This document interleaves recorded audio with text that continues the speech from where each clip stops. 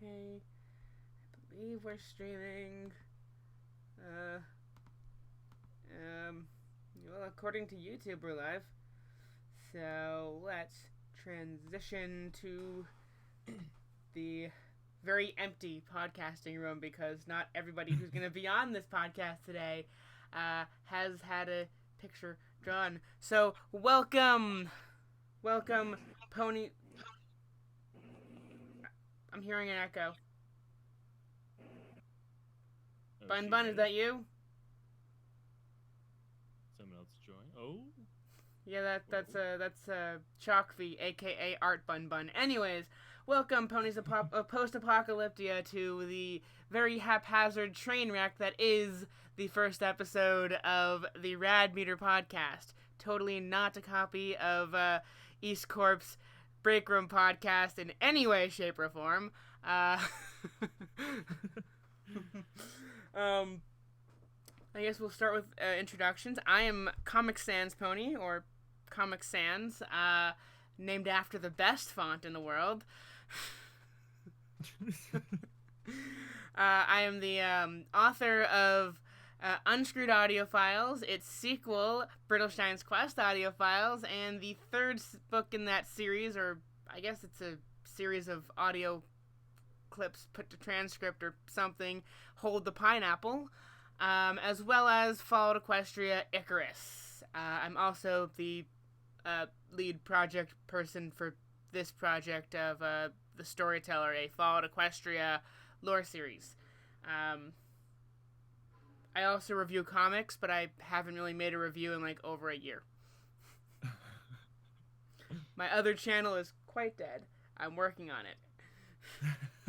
Eventually, it's just let it collect a little bit more dust. Yeah.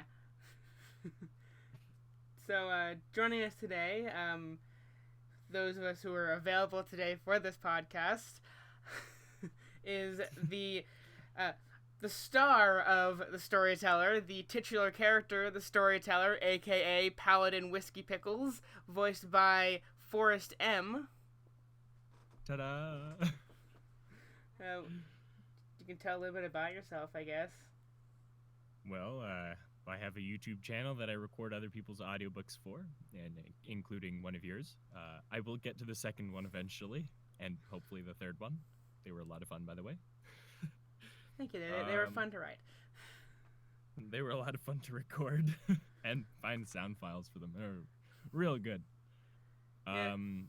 Other than that, I volunteer voice act just for fun, and yeah, I'm happy to be here.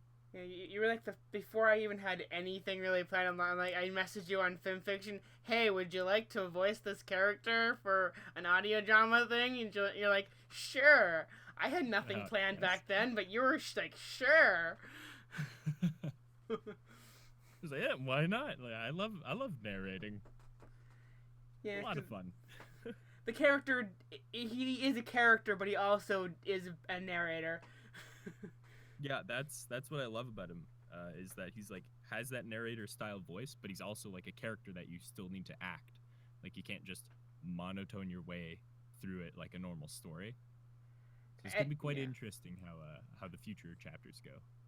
Yeah, and fight scenes, that'd be fun.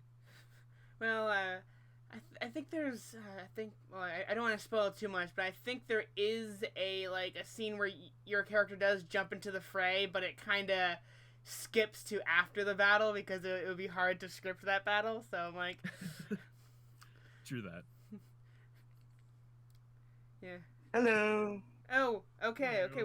We have our character designer and the person who has drawn the stuff for I believe, is that Chalkfee? Yes, it is Chalkfee. Okay, Chalkfee, aka Art Bun. Would you like to introduce yourself? I am trying my best not to completely fill this with white noise because I'm currently downstairs instead of in my room because I was just cooking.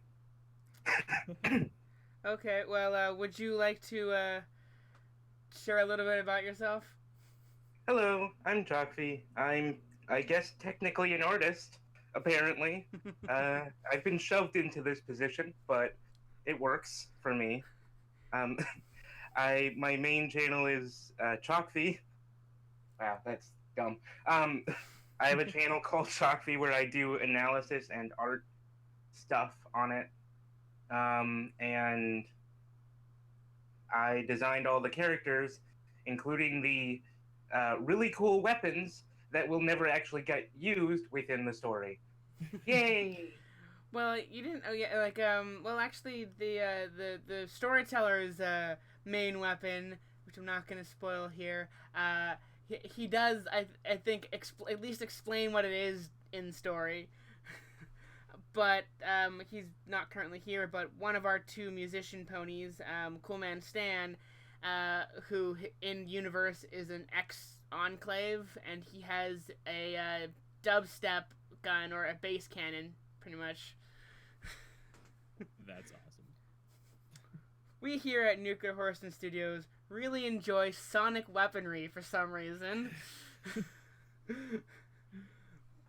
Because in some way, shape, or form, the storyteller's main weapon is also sonic-based.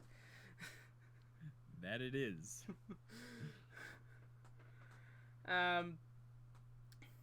But yeah, back to what we were saying about the storyteller, like he doesn't actually narrate every single episode. In fact, I think there's one episode per season so far that we have planned, which I really shouldn't have planned beyond season 1, but I did. At least one episode per season you're either not present for, or someone else does the narrating. Like, I think the character El Dante at least narrates one episode, although you're there for that one. And then there's one, I think, that Scribe Scribble narrates, and you happen to not be there for that one, and I won't tell anyone why. Ooh, mystery. Even I don't know.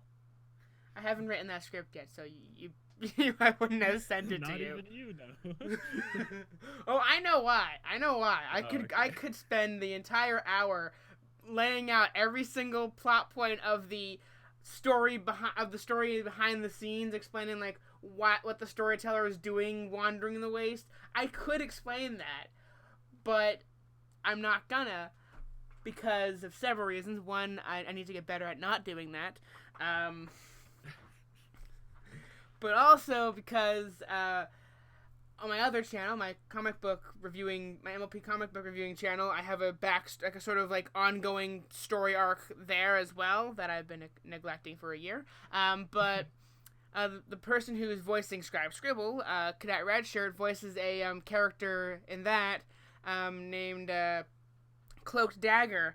And I was in a call with a bunch of people over in the Rift Cafe, and I basically laid out like every single plot point that I had planned out for that. And Cadet pulls me into a call privately and goes, "You should really not do that, because it makes me feel like I'm not important, because you're just like explaining everything, every secret that you're going to reveal on your channel about my character." I'm like, okay.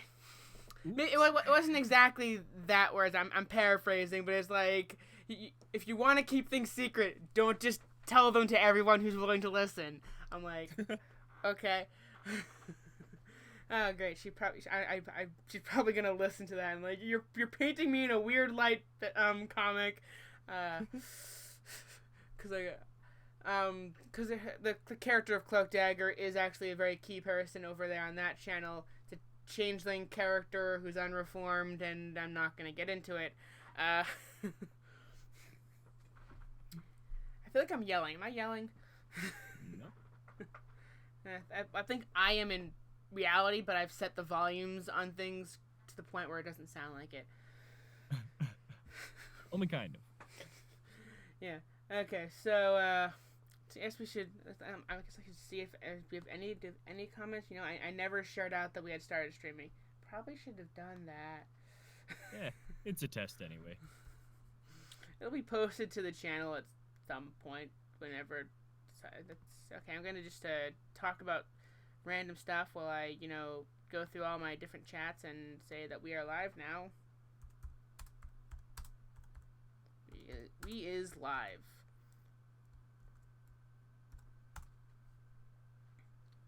That's proper English. We is live. Okay. 2 chats down. Many more to go. That's 3. Oh man, I mentioned this was a haphazard train wreck. I wasn't lying. Okay, okay, that's the Fallout Equestria Writers Group. I'm gonna skip Visual Pony server because I don't think they have a chat for sharing those kind of links. Okay, I'm almost done. I swear, I'm almost done. Hacking intensifies. Okay, and then last but certainly not least, probably should have been the first place I posted it to, Twitter. It would be an idea. Share it on Nuclear Horseman's Twitter, and then... Boom! Ha! Does this sound good? Ha. Okay.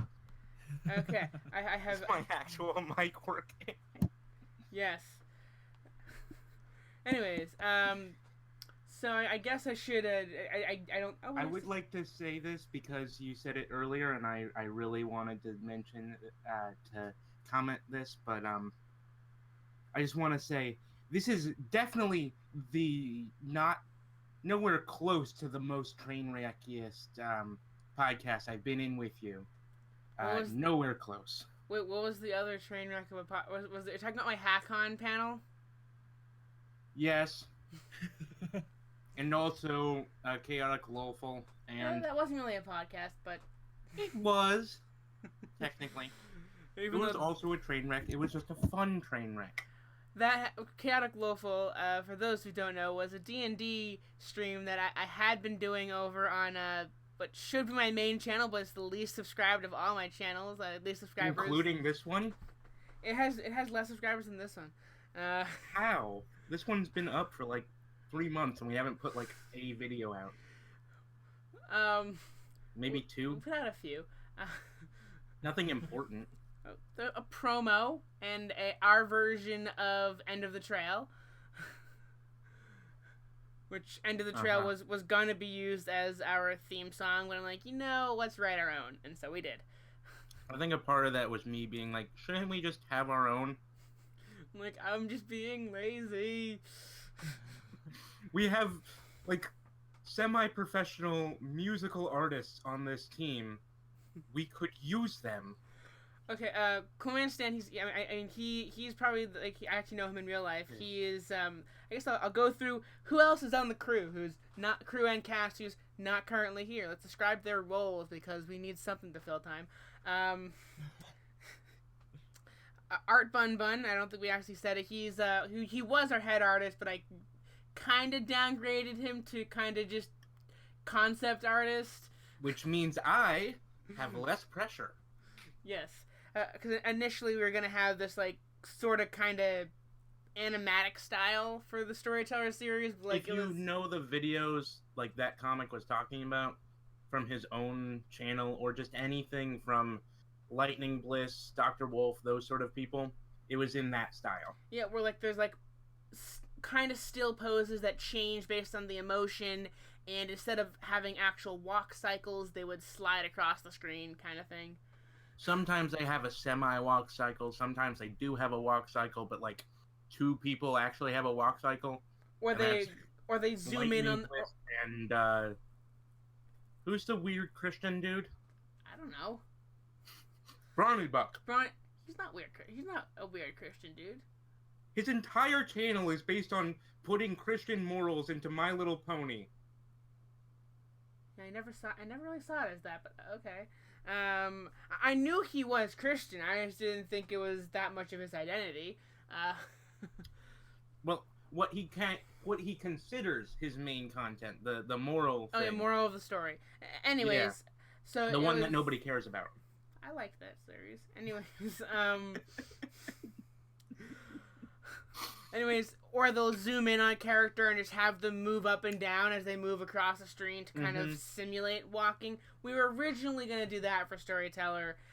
It was too expensive, so we dialed it back to similar to how the audio file series is written, in a way. Like, it's kind of like some pony within post-apocalyptic Equestria is listening to these recordings of the storyteller, which may or may not actually become a story element down the road. No spoilers. It was a possible idea I shared with you. I don't know if I'll go down that route. You're becoming a parody of yourself, and you know it. Someone make me a TV tropes page. Apparently, I have tropes. Everybody has tropes. Seriously, though, the audiophile series needs a TV trope page because there actually is like tropes that I've like started using like for it. Like there's almost always somebody listening to it, or like other random things that like only happen in the audiophiles series. In a way that's sort of different than any other like FOE fics. Although the original fic does have them reading at the end, it's a different sort of thing. I don't know why it was reading, because like it was kind of implied that Homage read out the entire thing to everybody in the entire wasteland. So why didn't that? What ended up happening is Little Pip. Spoiler alert for anyone who hasn't read Fallout Equestria. I don't know. If you haven't, what are you doing here? It's a good question. I mean, I guess that's the point, that we can like make it so you don't have to read that, but like it's not that long a story. Wait till season 2, when then you don't have to read Project Horizons, and that's a good thing. I like Project Horizons. It's 80. It's like 70 to 84 chapters long if you consider all the half chapters and shit. It was, I think, in total, Project Horizons was like 7 million words. It was literally one of the longest books ever. I think Fallout Equestria was like 600,000 words. I want to say. I might be wrong on that. Yeah. And then right somewhere on there. And then Project Horizon comes in and goes, "Hold on, I'm gonna make my own Fallout Equestria with blackjack and liquor." It literally is that. That is kind of that is the running joke in the Fallout Equestria fandom. I'll make my own Fallout Equestria with like, blackjack and hookers. Hold my beer. And that's basically what it is. It ended up being like 7 million words, one of the longest works of derivative fiction ever. It's one of the longest works of fiction ever. The longest work of fiction is also derivative fiction. It's a fanfic about Super Smash Brothers. Weird. Yeah. But anyways, back to what we were saying. Spoiler alert. Which I don't think it's actually porn, which is surprising considering, the internet. Anyways, most of what's implied at the end of Fallout Equestria, when Little Pip kind of copies her memories, she sends those to the Twilight Society, and then they edit out all the times that she went to the bathroom, except for that one that was story important. When Watcher interrupts her while she's peeing. Oh. Hey, it was a story important bathroom visit. Anyway. You're not allowed to miss it. I would hate to be the person who had to live through her life, entirely. Anyways, it was probably that one dude. Which it does kind of, if you think about it, it does kind of call into question the entire story. Since the Twilight Society kind of did edit it, you kind of, and not only that, but during the story, Little Pip does edit her memories. So, who's to say all of it actually happened as it was written? That's true. For all we know, she's actually the goddess and is trapped inside a vat in the sky, and nobody knows because she just keeps on telling people that she's not. Yeah, I guess. Well, that was an interesting tangent. Weren't we describing who else was in Nuclear Horseman Studios? That train came off the rails a long time ago. Let's see, who else? Okay. So then, we have Ivory Jide, who is the other writer.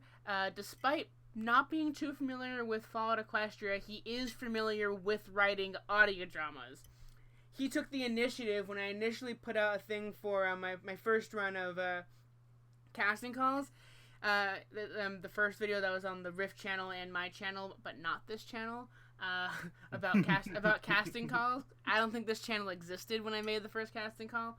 I don't think this channel existed for like a while after that. Yeah. Anyways, he took the initiative on Discord. He said, "I'm not really a voice actor, even though he is now cast as a character. But I am familiar with writing audio dramas. I'm not too familiar with Fallout Equestria. But do you need any more writers on this project?" I'm like, you know what? Sure. Here's your homework. The only problem with Fallout Equestria Project Horizons, Heroes, Yeah. Pink Eyes, Murky Number 7, several other side fics that I include the canon from, such as like the Ditsy Doo Chronicles and anything by Gamma Decay, all that kind of stuff. Like, here's all your homework. Good luck. Get reading. Yep. Well, a lot of them have been turned into audio dramas. So if you have 62 hours of free time, listen to Fallout Equestria. Define a lot of them, because I can barely ever find audio dramas for Fallout Equestria. Okay, I found Fallout Equestria.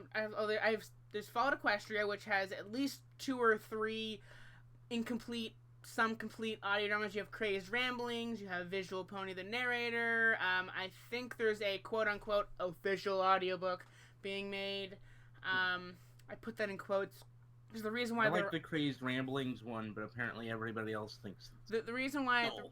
the reason why the official one is official is because it actually has like KCAT's seal of approval, and like, so you're gonna discredit all this other audio dramas just because they didn't have KCAT's approval?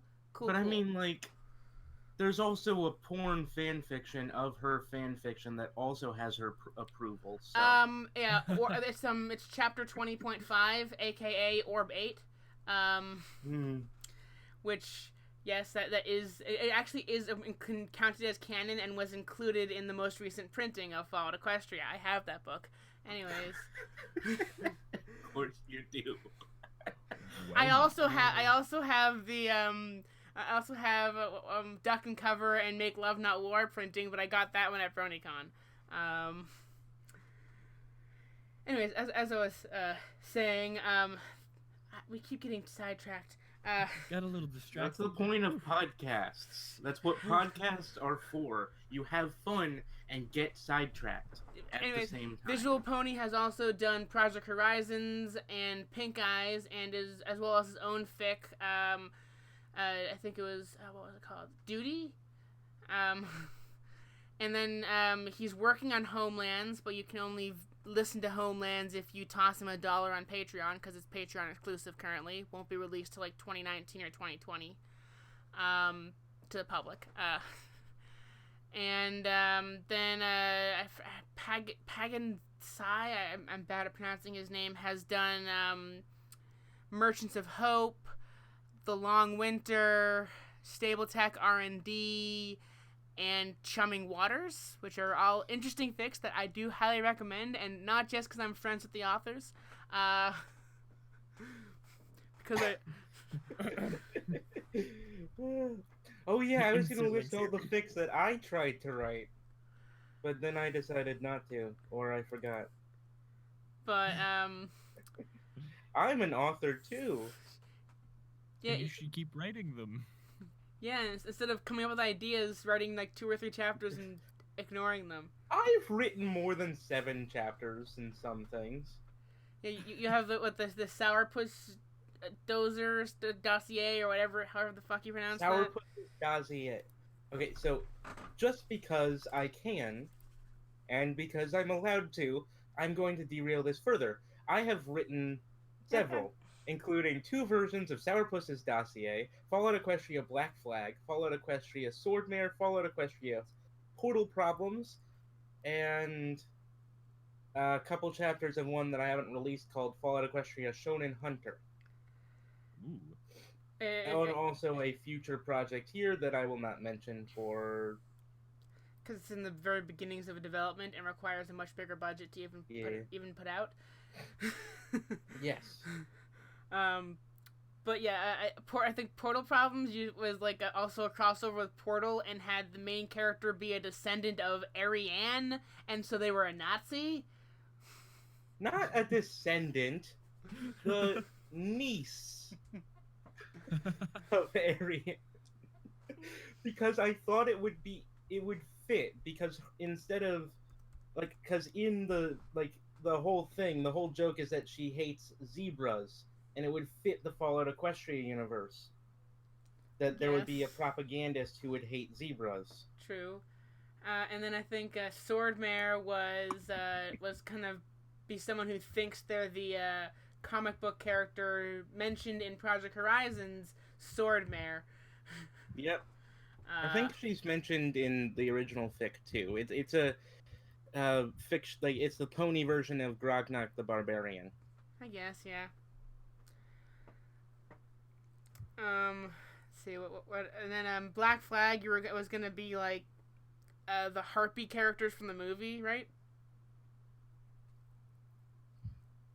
Oh yeah, it was the Harpies, and to explain this, I'm literally the only person in the world that calls them Harpies for some reason, even though they really should be Harpies, because what they are is they're the pirate parrots, and nobody else ever has anything to call them.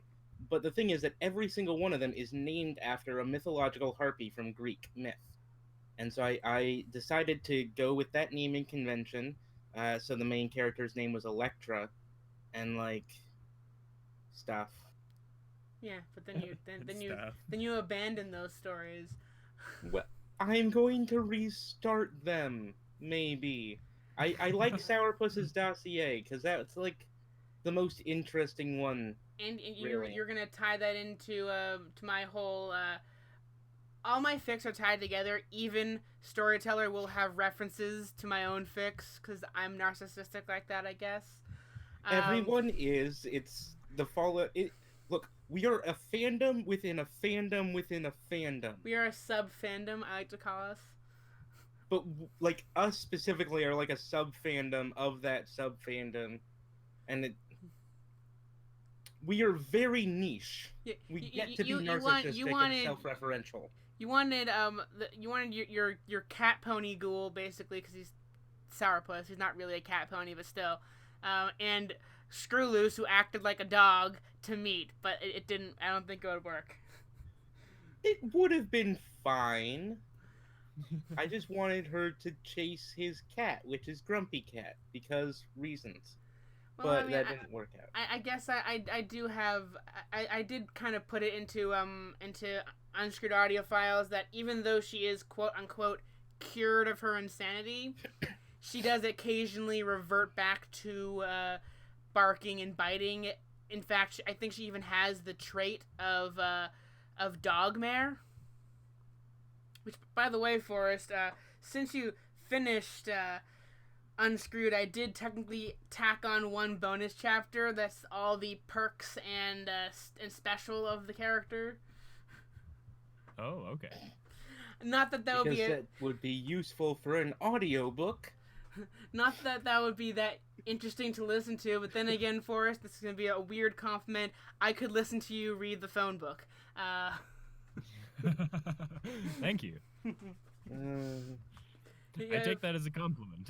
You have a very easy to listen to voice. Easy listening. Yes. With Forrest. And now, easy listening with Forrest M. Here is the phone book. I will read you the first 10 numbers. Chapter 1.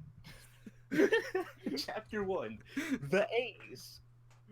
That would be a horrible fiction, but I bet somebody would write that fic. Like a Fallout Equestria fic that just lists character names. Where in character it's just someone reading the phone book over the radio. If you have a working phone, these may be useful to you. Otherwise, I don't know what you're doing here. If you have a radio, maybe you can contact these people. If not, how are you listening to us? Aardvark Evangelist. Phone number 676-777-75QXR10. Aardvark Evangelist. I needed an A word, okay? That's not a word. The first A name. A.A. Ron. Isn't there someone who is called Aaron with 2 A's? Yeah, it's No, a name. well, I know two of them. But yeah, Aaron is an AA name, but where the ponies are a noun-based naming system, so we can't have an we can't have an Aaron. I guess the closest to that there is like Aeon of Dreams.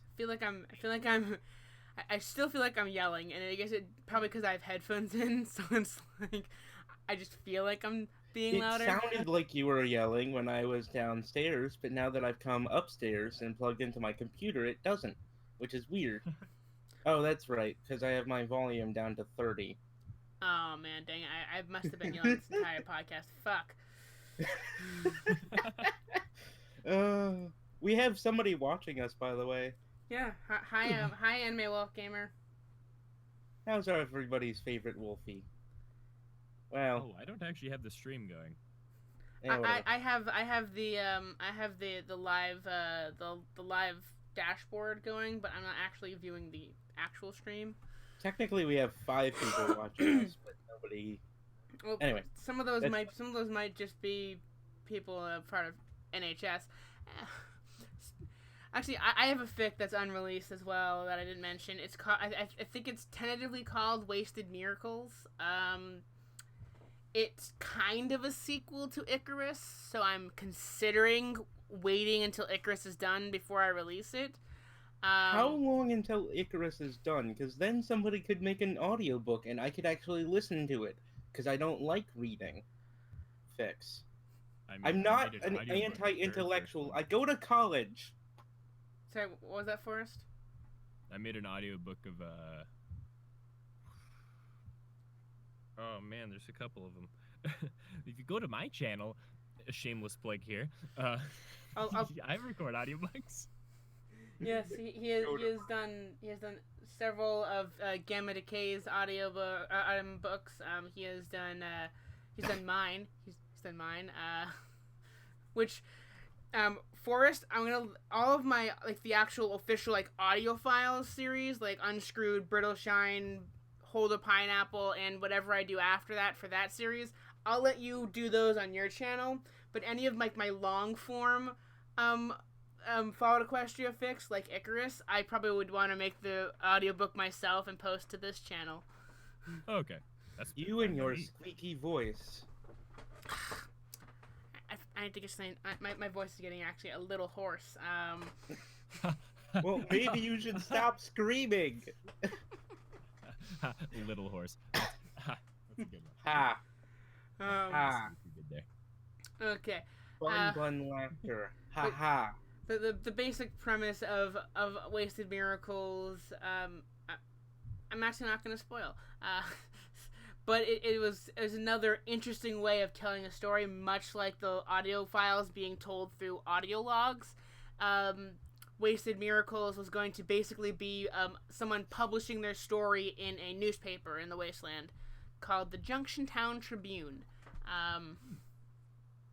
So you really like playing with the narration. Yes. The main character I just saw the picture that we've got in the background as our background, and it looks so silly because we're all at one side. I'm just kind of not even there. I'm just visible. You're behind the door. No, you're outside. I'm just yelling in, just I'm still part of this. As I explained, we haven't had you drawn yet. Understandably. I could have started drawing and then I forgot. I was gonna do it by the time we were done doing the do. That sounds silly. We could have had you represented by the actual storyteller drawing, but I'm like, no. But he's awesome looking. I still really like the detail that I put into that armor. And half the people who see it won't even see that because they'll be seeing the image that with the green scale with the green tinted over it. Yeah, which also our wonderful artist drew rather than moi. Yeah. We'll get back to who is part of NHS in a second. But the main character of Wasted Miracles is a investigative journalist for the Junctiontown Tribune, who may or may not be a distant relation to a character in Storyteller because of the names I gave the characters. But it's sort of like each chapter is going to have that newspaper heading, the Junctiontown Tribune, as well as like a date of publication, and then the title of the story followed by a subtitle that is the chapter, and then in between the different page breaks, I do this, not many other people do it the same way, but it's like asterisk asterisk asterisk space asterisk asterisk asterisk space asterisk asterisk asterisk in the center of the page kind of thing to kind of say like time has passed. I usually just put the built-in like line function. I don't like that. Which is just a line and then 3 asterisks and then another line. I guess that's how people actually should do it. I do it differently. Anyways, that's how people should actually do stuff, but I have no idea what you're talking about. But anyways, a few of those we went on a formatting tangent about how to format fan fictions. That is how off the rails this podcast can get. Anyways, if sometimes during I have in parentheses it says continue on page some number A, because I actually looked up how newspapers break up articles, and so they might have a front page that has most of an article, but they want to fit other articles on that page, so they'll have at the end of the article continued on page 3A, especially if the newspaper is broken up into sections of A, B, and C. So it's basically the editor-in-chief of the Junctiontown Tribune, extra, or Triple E, she decided to make people read the entire newspaper, since she was selling them anyways, by breaking up the story. And so occasionally there'd be like, continued on this page, even though you're not really changing pages because it's a film fiction web page. You should have like periodical, like sometimes slip in other pieces of other articles. I thought about it. Occasional personal ad. I really thought about it, but I felt young strong buck looking for a beautiful mare to have a good time with. Oh yeah. I thought about it. I honestly did think about it, but I decided that would distract from the narrative way too much. Says you. I mean, it's unpublished, so by all means I could add those in. If you wanna send me a few in PM that I could throw in, by all means do it. Chalkfee. I actually have a character who would be interesting to remember and reference in that. That'd be neat. Anyway, back to who's members of whose line is it anyway? No, back to who's members of NHS, since we're going down the list of who's part of this project. The other artist is not part of the Fall Equestria fandom whatsoever, but is okay for the most part. She did apparently have a bit of an issue drawing the character El Dante, but is okay with drawing a little bit more macabre scenes in Fall Equestria. So she doesn't quite like Guro. I did go really, really rotten on El Dante. When I probably should have gone a bit lighter than that. But Naying Nanny, she made the wonderful cover art for Storyteller, and will probably make all the cover art for every upcoming season and stuff for Nuclear Horseman, because it's a pretty detailed and good-looking art.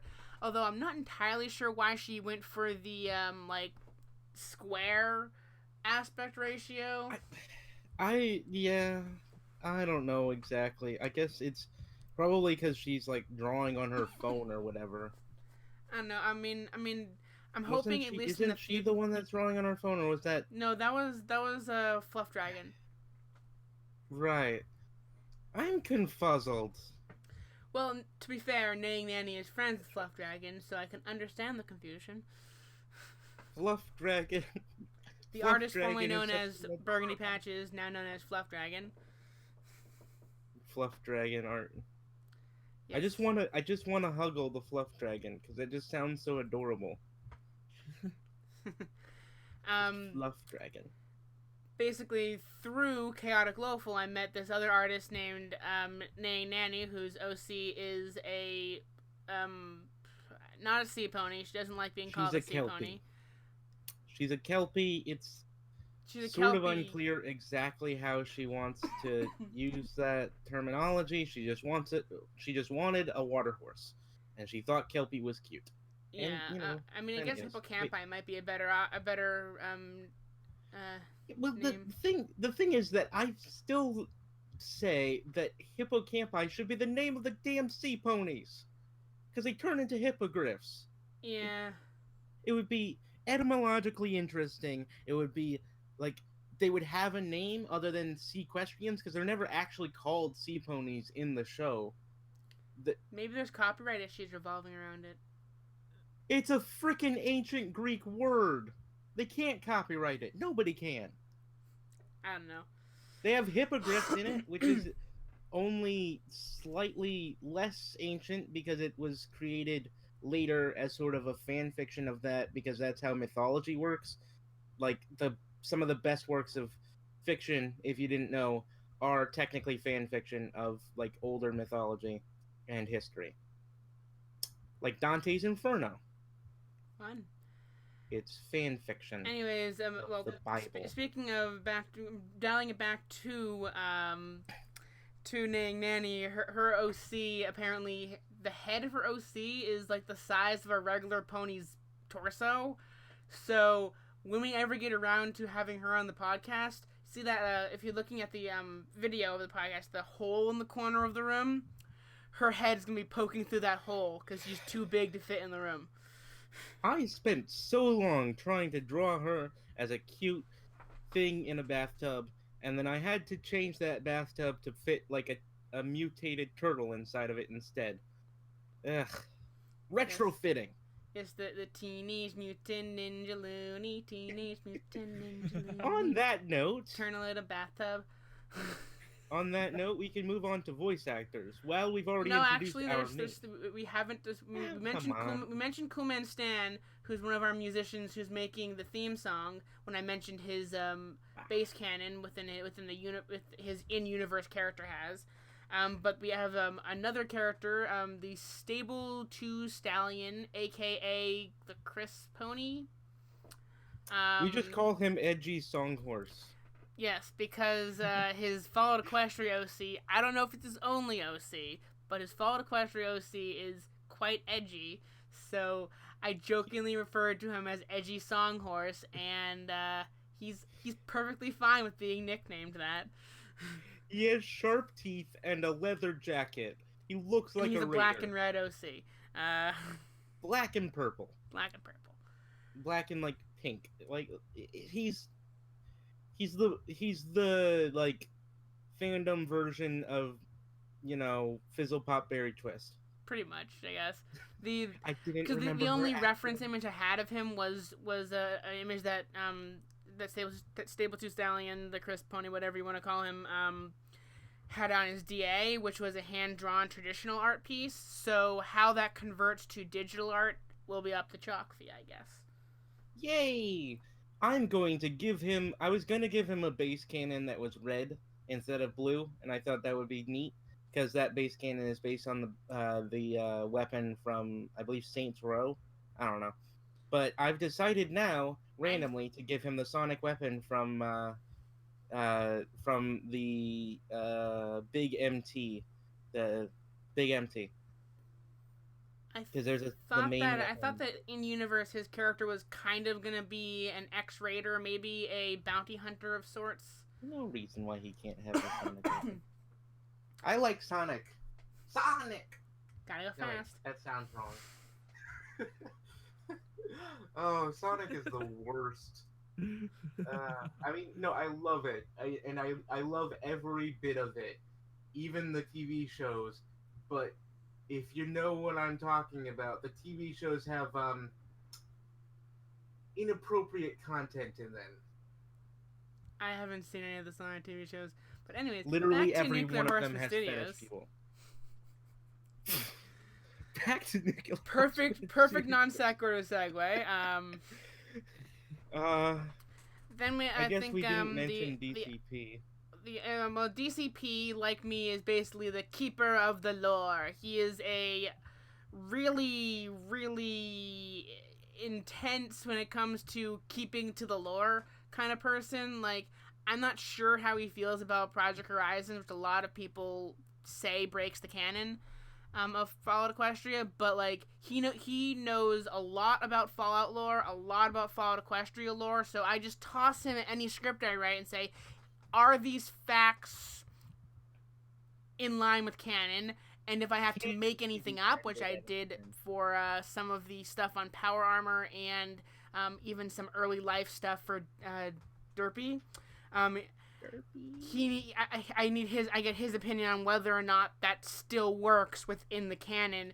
And if I have to create anything, which like I said, I have to occasionally, he'll give me the Fallout version of something for me to ponify.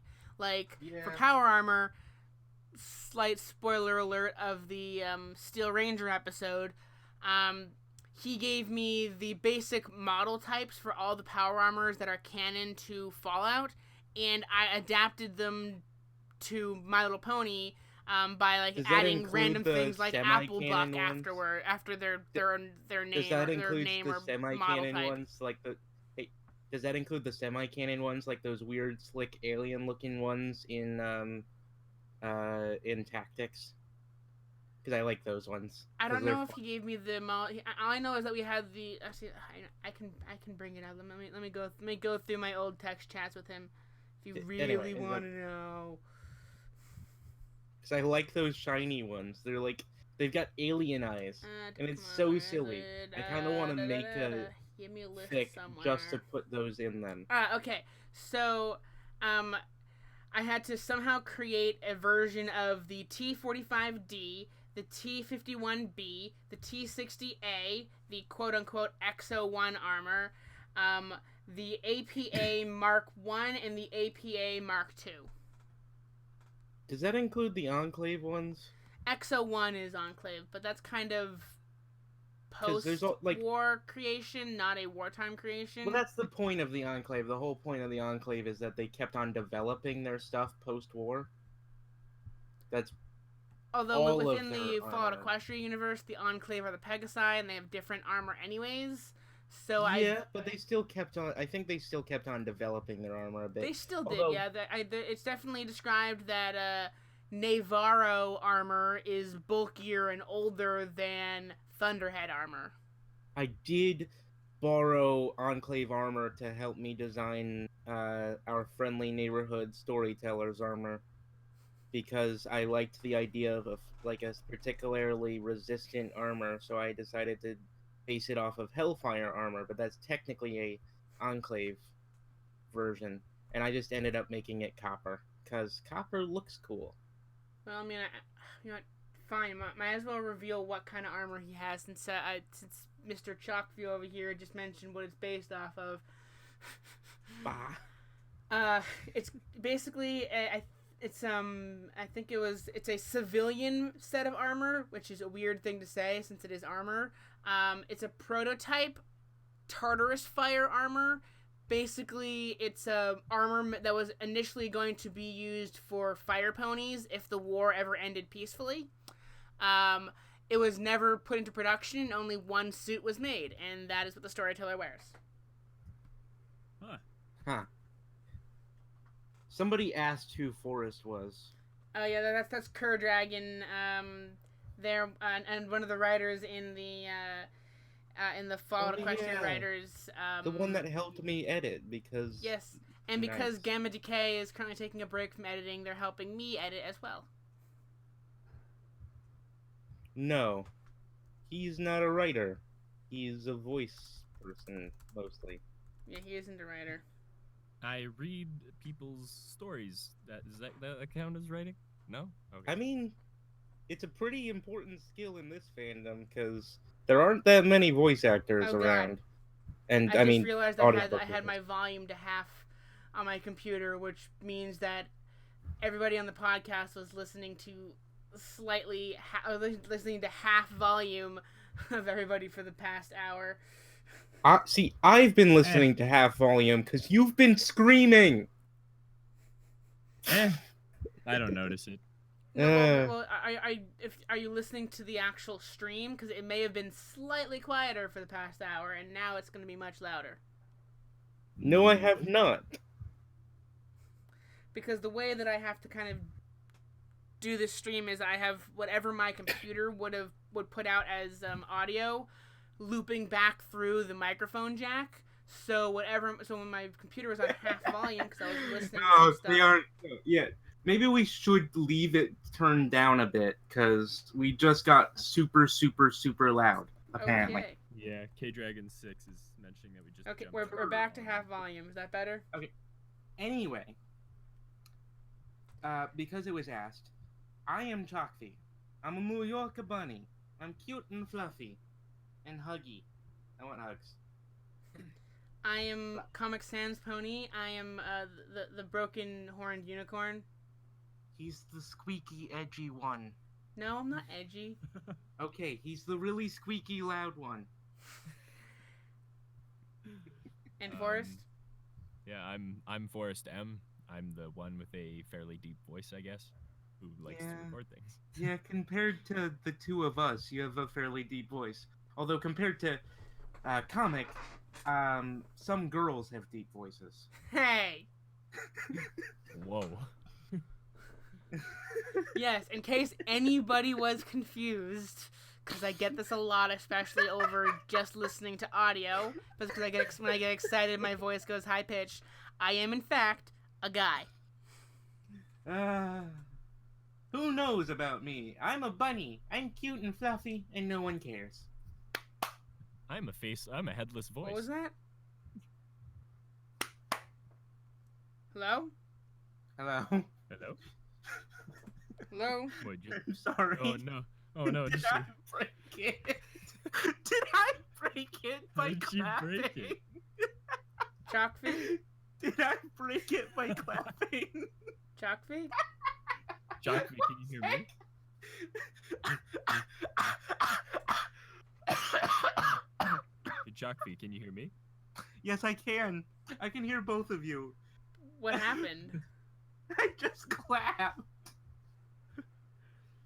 I think the audio spiked where it stopped the recording for or not the recording, but it stopped the audio for a second to try to not jump up in volume like that. Well, actually, I will say that Discord did recognize that I have OBS open and it has enabled streamer mode. So maybe that actually did. Streamer mode just means that you don't get notified of stuff. Streamer mode means that I use it all the time so that I can do art without getting noticed. I also record with OBS all the time to do all of the art things that I have done, mostly of your stuff, because I'm lazy and don't want to put out actual content. To be fair, I have a lot of things that I have had to make, from the initial art for the series that we're unfortunately no longer using, to whatever we did for this podcast stuff, to emoji for the server. I'm nowhere close to getting around to that. Right now, all we have is a storyteller helmet, a WNDA, the logo for both the podcast and our studio, and I think that's like how the logo for the podcast ended up being the really cool looking radio/Geiger counter I ended up making, and not the logo that I drew that I put in the corner that turned is now just a regular old the neon light sign. Yeah, it's just a neon sign, just a boring neon sign. Well, technically, this is the same font, though. You use the same font, so it's technically the same thing. Yeah, well, no, I like that font. It feels really 1950s. It fits with Fallout Equestria. Yeah.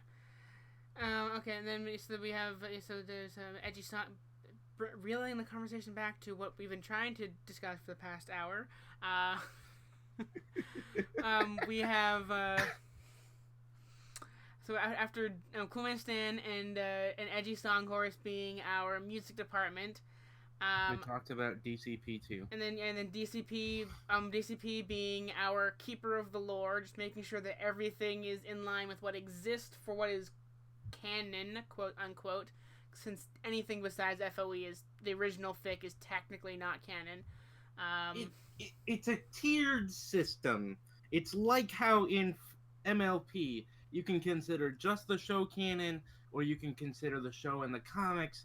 But if you consider the show and the comics, you have to also sort of consider the like movies to be canon, and then you can go all the way down to the chapter books. But if you include the chapter books are on the side. But if you include certain books, like the shorter form books, you have to include the comics.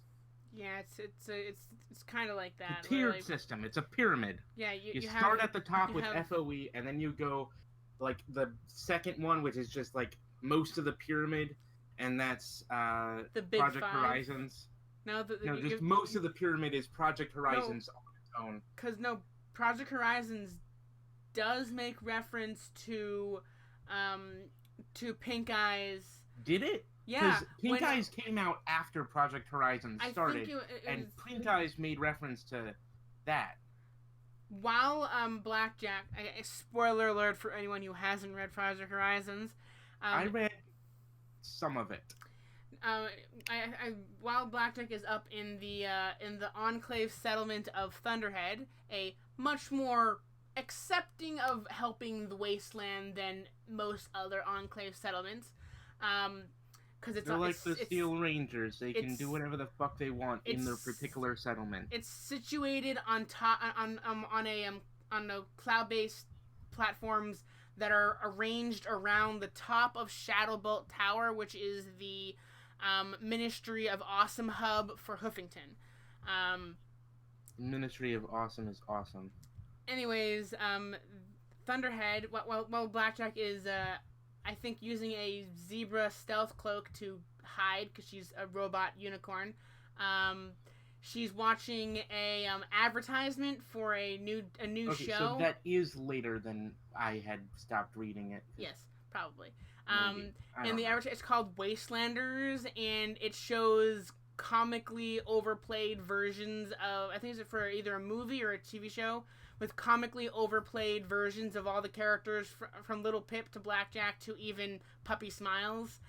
I guess then, because Project Horizons took so long, that it started before and ended after Pink Eyes happened. Like I think like Blackjack comments that she recognizes who's supposed to be Little Pip in Wastelanders, who's supposed to be her. She's confused why P-21 is like represented as like the bad guy. And then she's like, Wait, is this supposed to be like a please tell me it's a soap opera. It was kind of. You remember in Avatar: The Last Airbender when they go to see the Fire Nation's interpretation of their adventures? Oh, yeah. It's kind of like that, where all the characters are correct but incorrect at the same time. That was a fun episode. But Blackjack is like commenting like she doesn't get who the filly in a spacesuit with a laser gun is supposed to be, and I think it's basically describing Puppy Smiles' hazmat suit and her gun that can activate that one railgun satellite. Because it's another version of the gun from because there's one of those in like 3 or 4 different fics has like a version of that gun, because like there's one in that one, and then also Celestia 1 is technically based on that. Celestia 1 is more directly based on Archimedes, but the actual Archimedes, like in Fallout Equestria, would probably be whatever that Solaris railgun is. Solaris had a lot. No, but that's the same thing. Solaris is whatever. Solaris. Anyway, back on topic. Oh, yeah, ish. Wherever the topic should be at this point. Who knows? See, here's what happens when multiple people who ramble a really lot happen to be talking in one place. Because that's what happens every time me and you talk, comic. Just two slowly diverging, rambling stories going away from each other. Yes. And Okay, so trying to then touch again. our mascot, which actually is shown currently on screen, the glowing ghoul sitting on top of the radioactive barrel behind Comic, which in reality, Comic would be way too close to that radiation for comfort, but You could have put her on the other side. You could have very easily flipped the image. I could, and I probably will for future reference. Except, well, I guess she would be next to the mutated, like, the mutant, the... Turtle. Yeah, no, she would be close to our friend Strike and, like, friend Songhorse. So, they would be mostly resistant to radiation, probably. Because if you consider the fact of what he would be in Fallout Equestria, he would almost certainly be, like, tainted. Like, even if it was just, like, he was resistant to taint, he would probably have some taint in him. Okay. Chimeras. Yeah, because DJ Strike, who I'll get to what his role is in a second, his OC is, I don't even know what creature it is. It's a Pixu. It's the most ridiculous looking... Anyway. Okay. It's a really silly mythological creature from Chinese mythology, and I haven't gotten into it, and someday me and Strike have to actually do videos together so that we can, work. Because we do the same kind of videos. Okay. Anyways, so then our mascot, Megaspell, is voiced by Starry Flame. She's the, along with Forrest, is the only people I have specifically asked, do you want to play this character versus actually doing a casting call? Because I still really don't know what I want for the voice of Megaspell, so I'm kind of, like, I described something, like I think I described it as derpy if she was a smoker. Bubbly but raspy. And Starry got back to me saying, it currently sounds like Scootaloo, but I'll work on it. Man, I had so much fun designing Megaspell. Because I made it way cuter than I should, like, possibly have been able to, considering the fact that she's a 200-year-old corpse. Glowing corpse. Yeah, which makes her gore look like candy gore rather than regular gore, which is a lot cuter. But Yeah. I let her keep her fluff, and that's what made her cute. Because Yes. she's got fluff. She is in and okay, then obviously. See, Derpy gets to be cute with all her hair falling out, but that's because she's Derpy. Anybody else needs to have a little bit of fluff left. Yeah, I guess.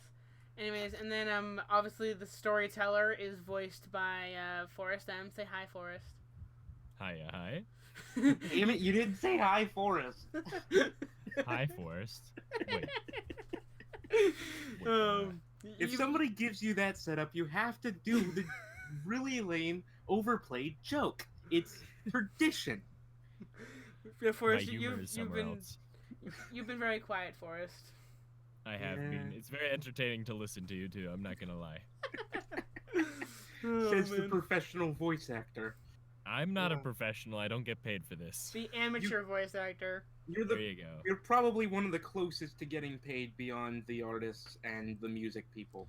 Music people next, and then you as like the top bill as possible. I mean, talking money gets is probably something we shouldn't necessarily talk about on the podcast. Yeah, not that I don't want to be transparent about where the money's going, but currently I can There's no money going anywhere at this point, Yeah, so there's nothing to be transparent to. True. It's all coming out of my pocket, and I'm keeping a running tab of how much I owe myself. Because you work like a gas station job, so I do. It's not like you're rolling in money. So basically, we do have plans to maybe open a Patreon eventually, but currently we have no like money coming into this. It's all coming out of my pocket, and I'm hoping I can eventually repay myself. But let's not count our chickens before they hatch. But yes, in order of if we had money to pay people, it would definitely go artists, which actually do currently get paid in small payment installments, but paid nonetheless.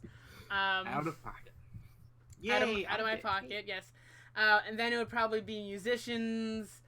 Yeah. And then the main voice actors, followed by the bit parts. Yep. So. And pretty quick. I get the feeling that if I don't keep to this, someone's gonna make reference to this podcast. You said it in the first podcast at this point, at this timestamp, that this is how the money would be divided, and you're not doing that. Like, it's pretty easy to make that decision though, because it's not like the musicians are gonna be doing too much stuff, so you're not gonna have to pay them all that much once you start paying them. Well, I mean, I've talked to several musicians. Well, it depends on how. And so it depends on a lot of stuff. The length, because time is a limited resource, and so so you think that they've spent time making this, so you pay them for their time, not the product. So that's why things can get expensive. Which is why I'm doing all the editing for this. I can't afford an editor. I guess I do have an editor that does my My Little Pony comic review stuff. I could toss some things at, because he's okay with currently not being paid. Feel bad about it. I feel bad about it. I want to pay Zion, but I don't have any money. But anyways. No, you don't. You poor comic. Feed yourself first. Feed yourself. Dang it, I really didn't want to talk money in this podcast. Can we change the subject? Yes. What was the subject we were on? Okay, sorry. The other yes. voice actors. Okay, so we have Forrest M or McGilvery. Thank you. McGilvery? Playing storyteller, aka Paladin Whiskey Yes, Pickles. Yeah. Sorry, I was talking over. What was that, Forrest? Oh yeah, he said, "Is that Scottish?" And I said, "Yes, I'm actually quarter Scottish." Ah. I've got Scottish in me, but I've also got English, German, French, and all the other people who have royal people who fucked, because that's how being related to the English is. I have Russian, Romanian, and Polish, I think. I'm descended from people who were. I'm descended from people who may or may not, according to semi-historical accounts, be descended from people who were in King Arthur's court. See, you want to know what? So it's I'm descended from people who survived the Holocaust. I am Jewish, but and basically, it's kind of funny. My best friend, Kuman Stan, he's descendant from Germans, and his great-grandmother is not exactly forthcoming with who his great-grandfather is. And a lot of his family thinks that it may have been a high-ranking SS officer. So it's kind of funny that a descendant of Holocaust survivors is best friends with a possible descendant of an SS officer. Somebody is rolling in their graves over that. Somebody. And it can't be sure who. It's more funny if it's the other guy, though.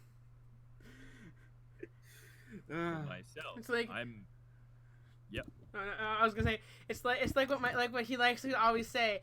He had a family that died in the Holocaust. They fell off the guard tower. That's a really bad joke. I'm sorry. That's a horrible joke. You get to make that joke, but that's a horrible joke. That's the kind of joke you get at stand-up comedy. Oh, it's horrible in a funny way. I'm the kind of person who doesn't really mind Jewish jokes or even Holocaust jokes. It's just you got to know your crowd and stuff. Yeah, you do. That's kind of a lot of Jewish comedians have a little bit of a repertoire there. Just a tiny bit, just on hand, just in case. Anyway. On topic. Cadet Red. We have Cadet Redshirt voicing Scribe Scribble, as well as several minor characters. Because I think in episode 1 she's voicing like 2 characters who are related to each other. But it's surprising how good she is at making herself sound young or old. And she will be Scribe the secondary main character. Yes, Scribe Scribble, the Brotherhood, not Brotherhood of Steel. That's kind of the main character. Actually, it depends on how you look at it. Like, even though she's not really in the early episodes, it's kind of more from her point of view that you're learning things. Because in the literary term that she is, she's the audience vector. The audience is basically seeing the world through her. Even though the storyteller is like the narrator, he's more or less, I wouldn't say he's omniscient, but he's kind of a third person omniscient narrator. It's weird, with how much he actually knows about the wasteland. It turns out later that he has become a ghoul covered in poison joke and eating promester. God damn it! I was trying to make a joke and I can't pronounce your damn made-up words. It's actually not made up. It's stolen directly from the TV show Fringe. Maybe spelled differently, but it's Cortexiphan. Anyways, no, that is not true. He is not a killing joke infected Cortexiphan ghoul. Unfortunately. Not yet. What can I say? Really good stuff. Maybe in season 5. No. Season 6? No. Maybe 7. No. I'm not gonna spoil what I have planned, but no. But no. Nah. But no. Just no. Nixed. Denied. Not greenlit. Trashed. Turfed. No. Nada. Zip. Zilch. Sealed away in a vault. I like Nyx. Nyx was a cute character. Remember Nyx? Anyways. From Past Sins? Oh, yeah. I haven't read Past Sins. I know of it. I read it a long time. And I found it funny that the ideas of Past Sins both made it into the comics and the FOE canon. Okay. Because it was all based on Star Metal. Okay, cool. Can we get back to going down the list of who's part of NHS? Is that a reference?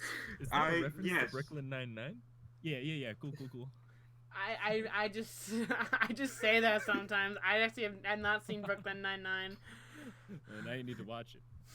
Who has? I've never seen Brooklyn. Anyways, so then other secondary-ish main characters. We have Ivory Jide is actually our second writer. Our other writer is also voicing El Dante, who is a ghoul chef who likes to joke that he is not quite cooked enough by megaspell radiation, hence why he renamed himself El Dante, the Italian word for not being quite cooked. I guess I left him kind of squishy, but he doesn't really seem undercooked if you look at the art that I made. He's quite crispy. No, he's definitely medium. He's not well done. So he's not crispy. No. Oh, what a softy he is. He is not like deep fried ghoul. He is very. He's not what's that new ghoul type they had in like Fallout, like the ones like they were like charcoal basically that you can find in the glowing sea. No freaking clue. I do not have Fallout 4. I would not could not on a boat play Fallout 4. Because I can't afford it. No. Okay. Cries. I would not could not on a ship. Anyways, let's see what, and then WNDA or Wanda or Wasteland. Wasteland Notation and Documentation Assistant, or Wanda. No, or Weighted. Cause she had I think that there was another name that I had it as for when it was not in the possession of the storyteller. He renames it with Scribble's begrudging permission when That's they leave so silly. when they leave the stable. Because, like, in the stable, it was, like, weighted silly. notation and dictation assistant, but then it was changed to notation and documentation assistant, and weighted became wasteland. Same acronym, That's silly. but WNDA was too hard to pronounce, so she just calls them Wanda. It's funny that it's called weighted, considering that I had to put, like... Okay, I didn't have to, but I put rockets on the bottom because I thought it was funny. Yeah, there's a whole episode on Wanda, so I'm not going to describe what she is. She's basically a modded Sprite-bot. That's all you need to know. Yep. Anyway, and then, let's see. and then... But nobody's actually playing her, are they? Is someone playing no, Wanda? I Somebody think... making R2-D2 noises? No, I think I was just gonna take the mechanical sounds that they use in Fallout for Edna or Edie or whatever. Edie. Edie, you should definitely make sure to have the stuff from the like the expansion that has the second Edie in it, because that's where most of the talky Edie bits come from. Okay. And you can always mix in some like R2-D2 noises or something. I mean, I could probably find someone who can make the noises with their mouth and cast them if I really wanted to. I could go to the pool of people who are already part of the project. Hey, can anyone make beeps and boops? Booping. Oh, I can. Boo. Robot noises. It's really funny because that's kind of the way it's noted in, like, when you look at the subtitles in Fallout. It's like beep beep boop. It's like beep boop, and then in parentheses it's just like sad robot noises, happy robot noises. Which is my favorite part of like, what is that called? Lonesome Road. Yeah, Lonesome Road. It's just when you play with the subtitles on, like, Edie emotes through the text box, and so it's like sad robot noises, confirming, like happy robot noises, confirmation robot noises, and just it's so silly. I love it. I think That's why I love Fallout. I think I did kind of adapt that in a way to, like, the Audiofiles series, like some of the things that, like, at least in the later versions, maybe not in the original fic, but it's like scared, like scared trotting instead of not just regular trotting, someone who's scared trotting away. Did you? I thought you had that a little bit with dog noises. I think I had like worried like worried dog noises or like in the beginning. Worried growling or like. Yeah. Where'd you get all of those rapes out? No, wait, you didn't do that one, did you? He almost didn't do chapter 4, which does include a non-consensual scene. But it really is. It's definitely less present in what's going on than the similar scene that happens in Project Horizons. Because it's all noises and yeah, things, and it's just all random noises. You really can't tell what's going on unless it's just implied. Unless you hear the other people's reactions to what happened. Yeah, it's very much. You can sort of tell.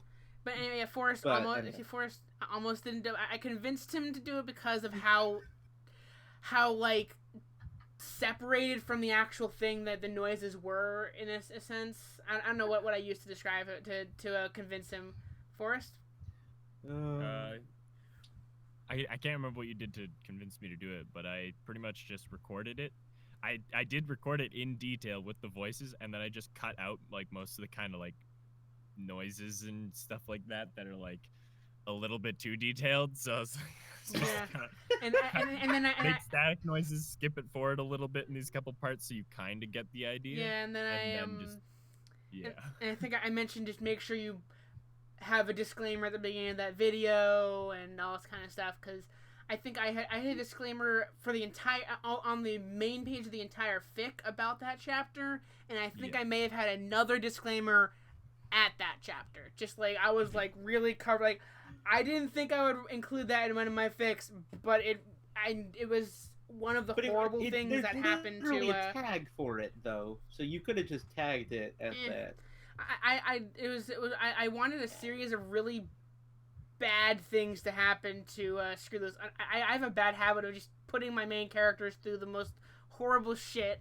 Anyways, I wanted a series of really bad things to happen to Screwloose while she was at the mental hospital, which, and so that was just one of the things that worked with the story. So glad that in reading that I did not go into another panic attack. Oh god, I hate mental hospitals. I went into a panic attack reading Asylum. Damn. Oh god. Horrible. Anyways, back to trying to reel in this conversation. Considering we're like 21 minutes after we were going to end. No, I said if you look in the Discord chat, it does say 1 p.m. until we get bored. Anyway, the other people that are in the group, we are down to like 3 or 4 people. So let's finish this part up. So we can move on to other topics, you know. Not that we haven't covered other topics. It would just be nice to actually list everybody who's a part of the group. Okay, and then secondary characters: Krigglepop, the new DJ Pone 3 after Homage, still uncast. Probably gonna have a friend of mine who's not a brony but is a pretty decent actor voice that character, because I may have subconsciously based the voice I wanted off of that friend, so no one else could produce that voice, unfortunately. I guess. Yes, Krigglepop, or K-pop for short. Oh yeah, I didn't care about that character. I don't remember anything about it. Krigglepop is going to... He's the junior assistant to DJ Pone 3, aka Homage's assistant, and he's, in my canon, the next in line to be DJ Pone 3. He even is DJ Pone 3 in the epilogue of Brittleshine's Quest. And he will be the DJ of Wasted Miracles for DJ Pone 3 then. Anyway, let's see. Down to 3. A person who's a friend of Zion Craze, that's how she was found out about the auditionings, who goes by Star, or Silver Stellar Star, or something like that. She's Elder Crossroads. Let's see. I remember the funny thing about Elder Crossroads was that she wasn't really described very much. We got a description of her, coat, eye color, and mane, and the fact that she's an earth pony, but we never saw her cutie mark. I contacted K-Cat, asking I know it's kind of out there, but what is Star Paladin, Star Paladin Crossroads cutie mark? And my response, that I got from them was, I hadn't actually put any thought into it, so whatever you make will be fine. And I ended up with a very strange cutie mark that ended up being a crossroads-shaped lock on the top of a footlock. Yeah. It kind of worked. Then we have Looney Turtle, who is playing Lionheart. You know Looney, the only person more than comic. Well, when he does the voice. And then the person who's going to be playing Spike and Watcher is someone who goes by Kong. Yeah. DJ Strike is playing the radio voice of DJ Pone 3. Oh yeah. And then on top of voicing El Dante, Ivory Jide is playing a recurring character that's I think a griffin. I'm playing a recurring character that's an earth pony, and I think Chalkfee's playing a recurring character that's a unicorn. They're all the worst raiders, not because they're exceptionally cruel as in their rating, no, they're really bad at being raiders. Oh, I- those kind of characters. I never They're- got a description of what that voice was supposed to sound like. They're So I don't basically have a voice. they're I was just gonna- basically either dumb, incompetent, or in some other way inadequate to effectively be raiders. They're also too dumb to die, which is why they end up being recurring characters. They just keep like bothering the storyteller. Have fun with that, Forrest. I think they become pseudo main characters at some point, like joining the main party for a period of time. I might scrap that idea, but Season 3, when they start talking about raider companies, and we just go for like 2 whole episodes just listing off like very short descriptions of raider companies in every single fic we've read. I don't know. All I know is that Driver I initially wanted every member of the crew to kind of voice a secondary and or recurring character, but that kind of went out the window because there's not enough of those recurring characters. And also, I ended up casting Ivory Jide as basically a main character, so Ivory is weird. I accidentally made his pony like 2 times as big as a regular pony when I did the art. I made it gigantic and it had to be shrunk down. Oh, Kerdrag is saying, I'll voice Ditsy Do. You do realize that Ditsy in the Fallout Equestria canon doesn't have a Doesn't tongue? talk. It doesn't talk? I think That's the joke. I think they do. I oh, think that's the joke, yeah. okay, I think that's the joke. We don't have any internal monologue from Derpy, so we don't have her voice. What we need is just someone who just like will go in front of a mic and like use chalk on a chalkboard occasionally. I know I'll probably just find a sound effect of that. But it would be really cool to have like the sound effect be exactly what someone would sound like drawing those words. Yeah, You he's have right. the ditches and debts. I could see if I could kick up a chalkboard somewhere in my house. It wouldn't be Okay. that hard. Yeah, I mean, maybe. There is an episode about Ditsy Do, followed by an episode about Lion and Mouse. Originally, it was an episode about Ditsy Do, and then an episode about absolutely everything. But I realized not only did I cover absolutely everything in the Ditsy Do episode, I also didn't have a full episode on a Trade Depot. I just couldn't make a full episode on it. It could be like a later season. You could have an episode on like Like trader Megamart, companies. like I'm saying that Megamart could cover a whole episode, but absolutely everything is more closely tied to Ditsy's story. So Yeah, and also doesn't do as much as Megamart did at the beginning of that one, but then like stops doing much for a little bit. There are a lot of crazy pony. yeah, and all I know is that the quote unquote season 1, I might break it up into 2 half seasons or something, but season 1 that I have planned is mostly the original fic stuff. I'll reference some stuff like there's more information on this up in the hoof, but I haven't really had time to explore that area, so I don't really know it. My notes are inadequate, that kind of thing, to kind of hint at later stories in possibly season 2. When he goes to the hoof and actually can acquire that information. So, yeah. And I think like the basic premise of what could possibly be season 3 was Pink Eyes and Heroes based lore. I think. I don't know. Plans can change. So don't hold me to it. Yeah. And then last but not least, we do have Gyromancer, who is just voicing bit parts here and there. I think he was one of the people who had auditioned for Krigglepop, but currently doesn't have a key role. He just random characters. Any random character. Any random character. Any random character.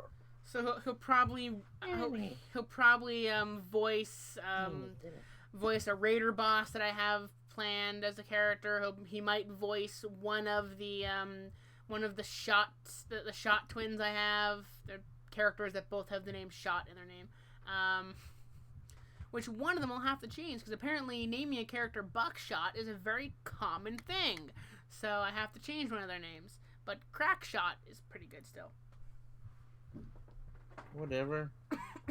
What about, like, Insulin Shot? No, I was thinking more because there's a character in Icarus named Action Shot, and I was thinking just for the fun of it, I would find a way to make the characters related. So we have Action Shot somehow getting with someone that ends up with having twins that are well, actually, it would at least be 2 generations, I think, because Icarus is 155 years post-apocalypse. Someone in that family line should be, like, Blue Shot. So we have, so Action Shot gets with somebody, they have somebody, and then the offspring of that second generation becomes originally Buckshot and Crackshot, but apparently I'm gonna have to change Buckshot because it's a very common Fallout Equestria name. Crackshot, not so much. Because Crackshot is more of a descriptor. You could always go with, like, Flechette Shot, Sharp Shot. Dragon's Breath Shot. God, I love Dragon's Breath. I might go with Trick Shot. Trick Shot could work, although I'm sure there's been somebody who's... No, because it would actually work better because we have Action Shot, Crack Shot, and Trick Shot. Like, it would work... Action Shot is like a movie term. Doesn't matter. It doesn't matter. If there's Shot in the name, that's all that matters. These are How far along are we? I wouldn't necessarily count mentioning their names as being spoilers because I'm not entirely sure if their names are even mentioned in the episode. It might just be more of a credit thing. Like in the end of the credits, they're given a name, or in the script they're given a name, but it's not mentioned. And also they are like a side character that is only I think in like 2 or 3 episodes and then isn't there anymore. I'm not saying they die, but they die. No. Yeah. No, because they die. They just come pretty close to. Yeah, I guess you can say that. By the way, the circles want Forrest to join. The what? The server poobles. You want me to join what? Never mind, I'm being locked up. I mean, I guess that the people on in the writers server want you to join. I've offered you to give you an invite to that, Forrest, but you said that you're not a writer. You don't feel comfortable being there. Yeah, well, not everybody there is a writer. Stories.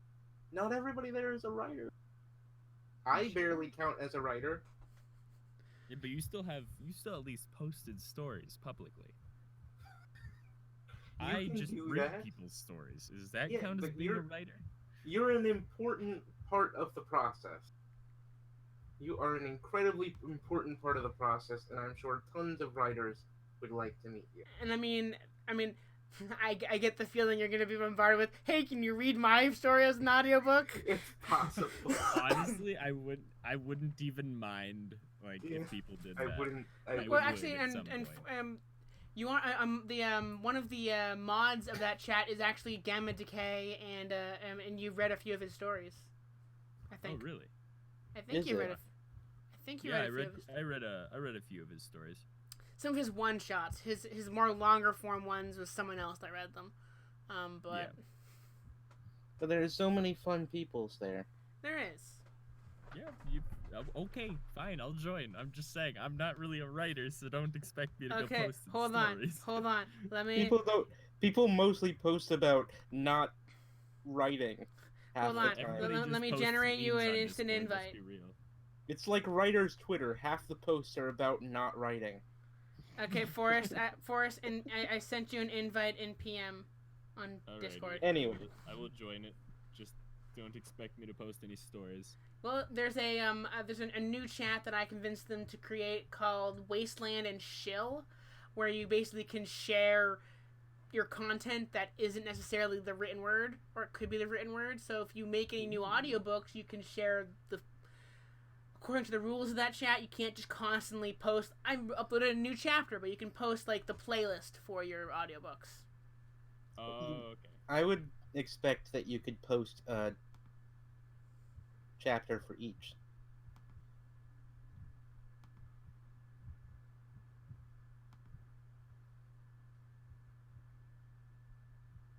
Well, I'll probably post something on there when I get around to it.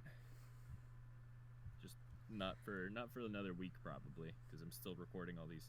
I've been recording a chapter a day, trying to catch up on all the chapters I've been missing. It's been away. Yeah, because you're reading, what story are you currently reading?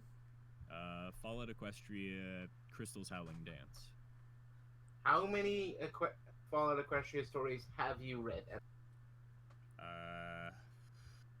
Oh, that's a hard one. A lot. 8? 10? I don't know. 10.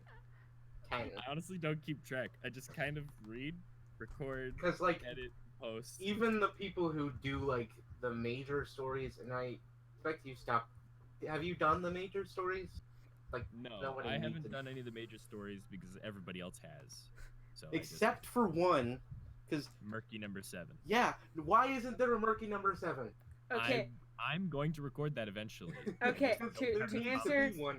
I need it. Okay. So I believe, let's see. There's hold on. You have the whole airborne, the airborne like trilogy of fics all in one playlist. Yeah. And for some reason, it's not. I think that was at least 3 stories. You have. I started the 4th one. The 4th one isn't finished yet, so I stopped recording it. Okay, and then you have E201. That was a good one. Unscrewed. Yeah, that was mine. a good one. Clearly I love your that best work. Anyway, It's probably one of the ones with the most audio effects. I will say, pretty close to- totally unbiased answer. It's not. I'm not just saying it's the best because it's my fic. Totally. And then you have the Crystal Howling Dance, and at least that's all the public playlist you have. You might have others that you've privated. It's also Oh, I possible have- that not all of them are in playlist. That's also yeah, possible. I think all of my one-shots I don't have in a Oh no! I think you had You a should have a one shot playlist, playlist. Yeah, I think you have a Oh, a playlist of all your one shots. Mm. Yes, single shot stories. There's Single at least, shot. which looks like there's at least 8 of them recorded. So Oh, look at that. Whoops. Yeah, no, I think your story came to a close first for the most audio sounds and stuff put in there. I think because the first one was about a robot kid. oh yeah, Forsaken. Yeah, Forsaken. That one that thing took me like 6 days of like 4 hours a day of Yes. just trying to find audio and put it in there. And I'm like, oh, it doesn't sound good. I need to do it again. And I needed to make my own sound effects and put them in. You had So to much- full be. Okay. If you read or listen to Forsaken, it's by Gamma Decay. It's a great fic. Just saying, prepare to cry. It is sad. That sounds boring. That was a problem during the story, actually. While I was recording it, I was just like, while I was narrating some of the bits, I was like, oh man, this is. As soon as I got to the end and figured it out, I was like, oh my god, that's horrible. I was like, oh man, this is. Why am I recording this? Yeah, I had a story that I decided to not post. It's unedited. It's a one shot Fallout Equestria story called The Trip, and yeah, it was kind of basically since I'm probably never gonna post it, I guess I can spoil it. It was a recovering drug addict towards the end of the war. He unfortunately, on his way to his rehab center, the bombs go off, and he's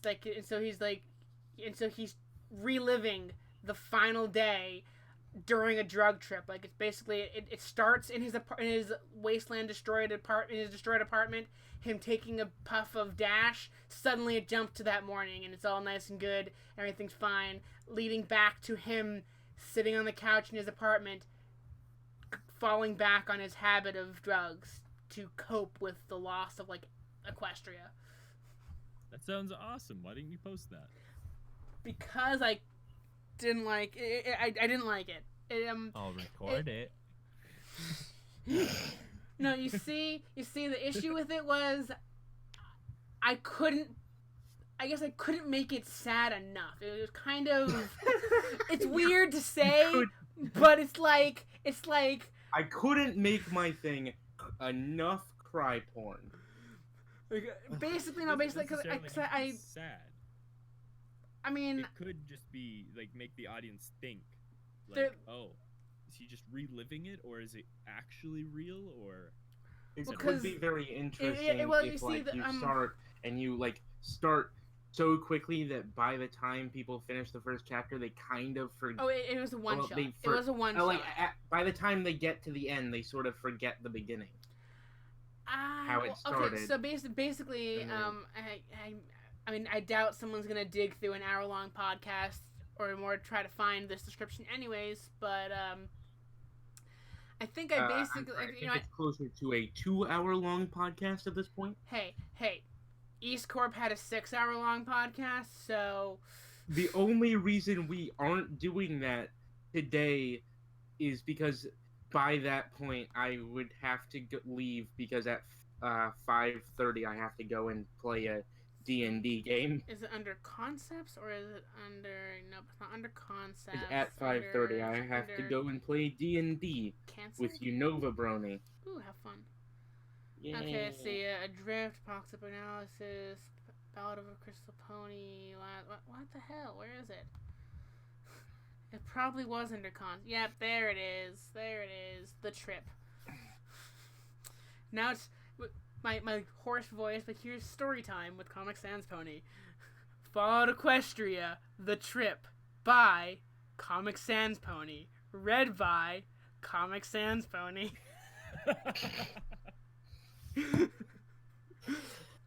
Forrest enjoyed that because that's how he opens all his videos. I don't know. I don't know what you're talking about. That's something like an exact replica of what I record. Anyways, I'm not actually gonna read like in a narrative voice. I'm just gonna go through the beginning until like it jumps back to the present to show you how I did that. I don't know if you heard that snap or not. Nah. Okay. I looked out the shattered window at the dying city, feeling profoundly empty inside. The air carrying a greenish hue. How long have I been sitting here? I glanced at my hoof and saw a dash inhaler. I took a puff from it. Damn, empty. I leaned over and grabbed another inhaler from the half-empty box of inhalers on the floor. I brought the euphoric chem to my lips and took a deep breath. Bang! My sister set a heavy box of dash inhalers on the table, startling me awake. The dream I was having fading quickly from memory.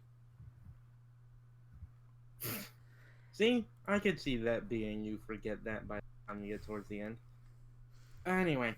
With the, spoiler alert, the ending being, I looked out the shattered window of the dying city, feeling profoundly empty inside, the air carrying a greenish hue. How long have I been sitting here? I glanced at the floor and I glanced at my hoof and saw a dash inhaler. I took a puff from it. Damn, empty. I leaned over and grabbed another inhaler from the half-empty box of inhalers on the floor. I brought the euphoric chem to my lips and took a deep breath. Basically, the opening scene is also the ending scene. I think that's awesome. You should not post it now because it's unedited, but you should figure something out, or it's Well, edited. and also part of it is I skip in time a little bit. Like it feels like one of those stories you wouldn't want to skip in time. And In the future, we really should tag this better. I don't think I had any tags for this. You did. You had 4, 5. You had 5 tags. It was just tagged poorly. I also find it funny that it's only the 5th highest thing for the Nuclear Horseman videos tag, because the videos that I've done are higher up on that. I would like to point out that a live stream often gets better optimization just in general than most videos. But it's still only 5th in the Nuclear Horseman Studios rank for the Nuclear Horseman Studios tag, because my videos are higher ranked. Okay, well maybe you can teach me a thing or two about tags, because fortunately I don't. Unfortunately, I can't Patreon Fluff Dragon and get her tips. I don't have the money for that. She has great tips. She knows what she's talking about when it comes to SEO. However, I don't have the money to Patreon her. I just have the thing that she told me to download. So I just stare at that, and it's really funny because like you showed me that thing yesterday with the thing with the art thing. Yeah. Wow, that was horrible. The thing with the art thing is that like only the top like 3 or 4 videos that are responding to that are actually tagged. Like the rest aren't tagged. Okay, At all. for the record, I have Fallout Equestria, Nuclear Horseman Studios, Aptly Unnamed Productions, Rad Meter Podcast, and Episode 1 as tags currently, but I will change that when we're done podcasting and while the video is being uploaded to YouTube. Yes. For Rad Meter Podcast, you have number 1. Presumably, I now 2. But I think that above your number 5, Nuclear Horseman Studios, I have some of those. And I find that amusing. Because this is actually on Nuclear Horseman Studios, and my videos were not, and also only got like 40 views. Admittedly, this has like 5, but still. But that's because it's people watching, and nobody cares yet. Yeah, there's a reason that I called this podcast Testing 125. 3 sub 3. Just because I You are can't so numbers doesn't mean anything. No, it was I was making a reference to Monty Python. yeah. See, whenever I hear testing 1, 2, 3, I just think of a line from Rent. It's like, say anything at all. Testing 1, 2, 3. Anything but that. It's just a guy who's like used to audio work and just hates hearing people say the same damn thing like every single fucking time he's doing it. I actually haven't seen Rent. I do consider myself quite the theater nerd, but I actually haven't seen Rent.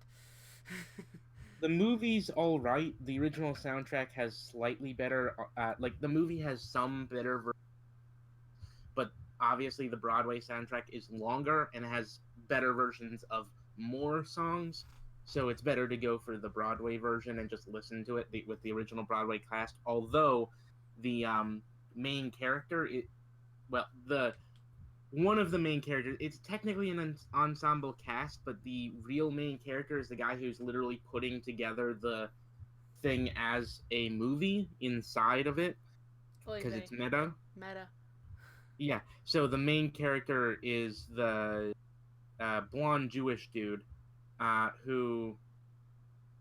Mark. Yes. The only song I know from Rent is 525,600. That's the opening song, and it's actually like my least favorite song. 525,000 moments so dear. It's kind of my least favorite song just because it's so repetitive, and it's. I only know that because I had to listen to sing it in over and chorus in over high again. school. It's a pretty good song. I just hate listening to it over and over and over again. And there's so many better songs on the Rent soundtrack, like even the Roger songs, which he's kind of whiny. He's the like whiny rock star who got AIDS by taking heroin. Fun. I will say that my current favorite musical, which I haven't actually seen, but I have listened to the incredibly long soundtrack. I Am Hamilton Trash. I like the Hamilton musical. Hamilton and Rent are kind of in the same family as the thing, because they both have operetta. Okay, my mom told me that term. It's not actually the right term. They're both sung through. There is exactly one moment in Hamilton not sung through, and it is not on the soundtrack, and you would not notice that it is not there. And that's the moment when what's his face dies. Hamilton's supposed lover and best friend. Oh yeah, that why wasn't that included in the soundtrack? Anyways, Because it wasn't a song.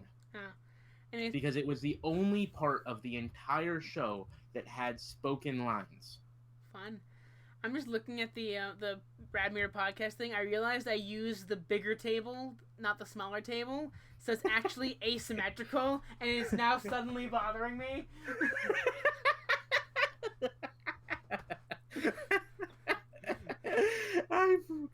I didn't. It's not even like the bigger table that I. It is. I went That through. is now bothering me. Damn it, you. Fuck. I didn't know. Because they were supposed to be on the edge, and I just. Oh, god damn. Because I drew. I had to put. I had to put Friend Song Horse so far away that I wanted to extend the table towards him. But I didn't manage to be able to. Okay, well, I'll see if that works in the future. If not, the explanation is they have more than one table at Nuclear Horseman Studios. That look the same? Yes. They're mass produced. Okay, do you want to talk about the fictional backstory of Nuclear Horseman Studios, or do you want to mention the question that's totally on everybody's mind, why this isn't an East Corp production? Because they were getting bored of Fallout Equestria? Wasn't that your reasoning? There's several reasons, and one of them is a bit of a story. I don't know if you want to hear it. Go for it. Well, some of the reasons are, for the most part, if you, I know I'm a huge fan of East Corp. They what inspired me to start Nuclear Horseman Studios and actually go forward with making The Storyteller. And I'm actually surprised that Skybolt follows us on Twitter. Nuclear Horseman Studios, not me personally. Surprise. And he has retweeted the pictures of our mascot and stuff like that, so it's actually kind of cool. But anyways, That's really cool. I know for a fact that that Terminal Secrets, the next episode that they've been teasing for about a year, is like the final episode of that. One of the next few episodes of Confessions is the final episode, and they're planning on ending the Wasteland Survival Guide. So all of their like major Fallout Equestria themed audio dramas are ending unofficially by the end of My Little Pony. And they're going to be focusing more on Untypical, their only original content that they have so far. So they might be moving away from Fallout Equestria at the end of those 3 audio dramas. That's one reason. The other reason is, if you boil it down to its bare minimum description, in theory, you could say that the Storyteller series is very similar to the Wasteland Survival Guide series. Because though the Storyteller is not necessarily telling you how to survive in the wastes, a lot of the Wasteland Survival Guide episodes more recently have been historical accounts versus actual like wasteland survival tips. So they might argue, if I had pitched to them, oh, we already have a audio drama similar to that. But the final reason, and the reason that has the big story behind it, is a couple years ago, probably about 1 or 2, when East Corp was newer. They had just broken off from Stapletech. I believe it was James Vermont had come into, I think it was the writers chat, the FOE writers chat on maybe Discord, maybe Skype, I don't know. saying, "Hey, you may not have known, but me and Skybolt and a few people who are former Stapletech made a new channel called the East Corp. If you have any ideas for audio dramas, we're open to pitches." So I talked to him in PM about possibly turning Unscrewed Audio Files into an audio drama. It would have a much longer story, but still tell the same story. It would just be extended beyond 20 or so logs. It would be a bit longer, and maybe include elements that I eventually put into Brittleshine's Quest kind of thing. Like, it would include the sequel in it instead of being two separate things. And so that would have worked as an audio drama. Yeah, and arguably you could say what Forrest did with it was an audio drama. Equestria Daily called it that. Yeah, true. I was just okay. Yeah, that's I guess what it is. Equestria Daily. I have no experience with you. But anyways, but at the time they only had Terminal. They only had Terminal Secrets and Confessions. So they didn't have Wasteland Survival Guide or Untypical. And so they were probably looking for something that was easier to make. So mine worked that way because it only had like one voice actor pretty much needed, with the exception of a few times they need like a 1 or 2 lines from somebody else. But it was still serious. They wanted something more light and fluffy, more that they could be kind of more jovial with, which is what Wasteland Survival Guide ended up being. I mean, the Wasteland Survival Guide is not by any means 100% happy. It's about surviving in a post-apocalyptic Equestria, but Derpy's bubbly voice, provided by Needle Stitch, is definitely makes it a happier seeming audio drama than compared to the other series they have. So this talk of audio dramas makes me want to go listen to The Doctor and Assistant.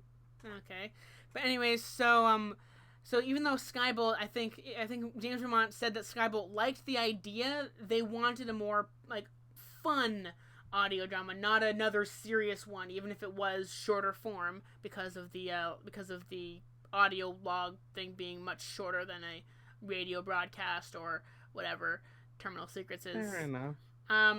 And so his suggestions, I don't know if it was James Vermont's suggestions or Skybolt's suggestions, was get rid of all the serious stuff in the fix. So like maybe not go as deep into Cortexiphan or as deep into Screwloose's like time at the hospital and focus more on the present, and maybe give her a fun little sidekick, a robot dog that is ironically smarter than her, and she is not cognizant, she is acting like a dog. So we have like that sounds like a very different fic is the thing. Yeah, that was my point. I'm like, that sounds way different than what I want to write. I'm sorry, I'm gonna have to back out of this thing. And he understood, but then I went to some weird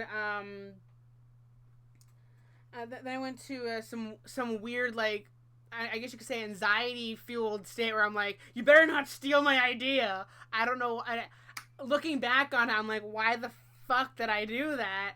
But I was so embarrassed about how I acted when I kind of ended conversations and contact with anybody at East Corp, that when I had the idea for Storyteller, I'm like, I can't just talk to East Corp about it. They're gonna say I'm that insane person who thought I would steal their idea. I'm gonna just make my own channel and produce it there. I'll make my own channel with blackjack and liquor. Blackjack and hookers. Hold my whiskey. I'll make my own channel. Which is actually kind of funny that I did take a look at what East Corp was doing with some things and kind of directly modeled what I was doing after that. Like this podcast, I jokingly said at the beginning, it's totally not a copy of East Corp's Break Room podcast, when it totally is. See, in universe, this would be like literally the room where we record everything, because it's the only room that's remotely close to being soundproof, even though it has a giant hole in the wall. I was just gonna say. Actually, okay, so now that you want to go with the what we have of the in-universe description of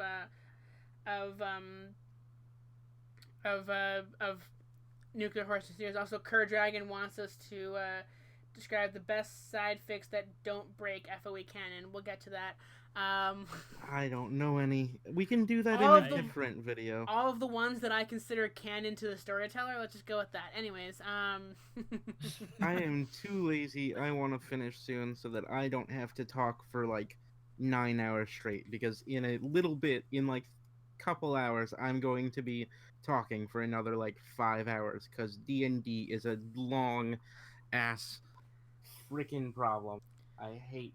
Okay, But so I love it. the briefest bits of in-universe explanation for NHS that we have is comic comes from I think I chose Stable 65. It's a stable dedicated to the study of film, not the making of film, the study of film. The making of film was So it's an- even more pretentious assholes than the yes, one. it was there was another stable.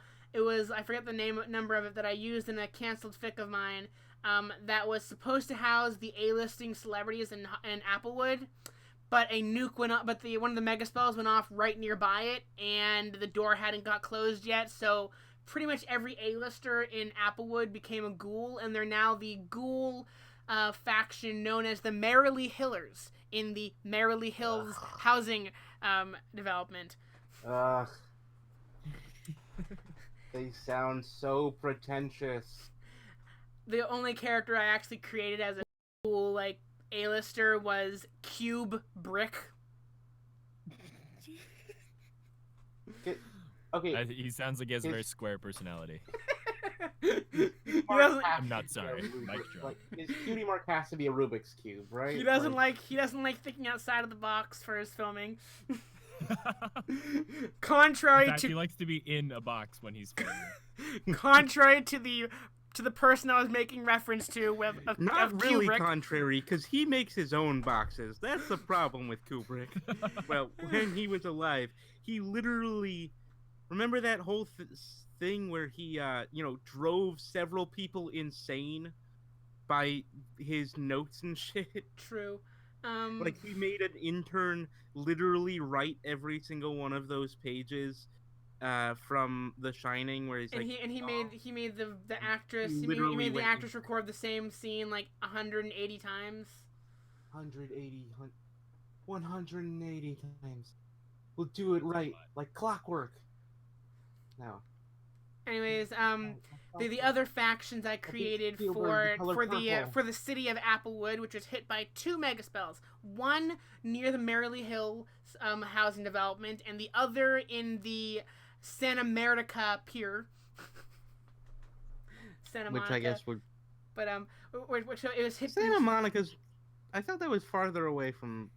I pinched and pulled the city of Los Angeles and combined a few. Because the few only suburbs, thing I know okay? about Santa Monica is that it has psych in it.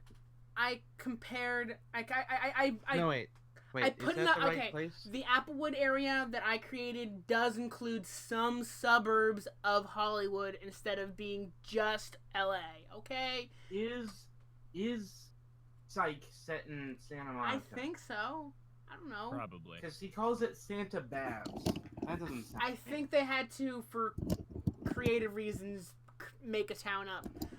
But it may have been in a filmed. real town, but in the song he's like Santa Monica, Santa Babs. I don't know. Maybe it's a nickname we don't know about. In the musical episode. Because Maybe I don't remember that Because episode that's very a well. thing. And anyways, coming back to the fictional backstory that I've created, which I originally created for a canceled fic, Ballad of a Crystal Pony, but I might as well use it for Nuclear Horseman. The other major factions were formerly one gang that split into 2 when the leader of that gang died and did not pick one of her daughters to lead the gang, so they formed 2 gangs. The Golden Globe Apples, housed in the ruins of Stapletech Studios, and But Santa Barbara, that's it. anyways, They live in Santa Barbara. and then the Orange Oscars, who were based out of Winnieland, the MOM hub for Applewood. And so, because and the reason why they can't get along is because they're apples and oranges. Anyways, there was a third studio in the area that was slightly radioactive and thus not inhabited in my existing canon, and that was the Warner Mares studio. So that is what Nuclear Horseman Studios is in universe. It's a repurposed Warner Mares studio. We just have not gotten around to opening up the water tower and seeing what's stuck inside of it. Yes, the Fallout Equestria version of Yakko, Wacko, and Dot. But basically, what would they be in the Fallout Equestria? Like, would Diamond they be... Dogs, maybe? I guess they could be Diamond Dogs. I mean, they would be very, very mutated and probably full of taint. But I guess they could have originally been Diamond Dogs. I don't know. Maybe we won't go that far into the Warner Brothers lore for this. But come on, it would be fun. Anyways, have them run around the Warner Mares a lot. It's the Warner Mares and the Warner Brother Dot. Anyways, It would have Dot would have to be the brother because yes, I understand. It's Anyways, so starting back at towards the end of the war, we have there's a custodian named Dusty Sweeps. She was she was content with her such job. A horrible name. Shut up. No, I mean, like, I get that it makes sense. It's just, imagine growing up with a name like Dusty Sweeps and like being made fun of at school.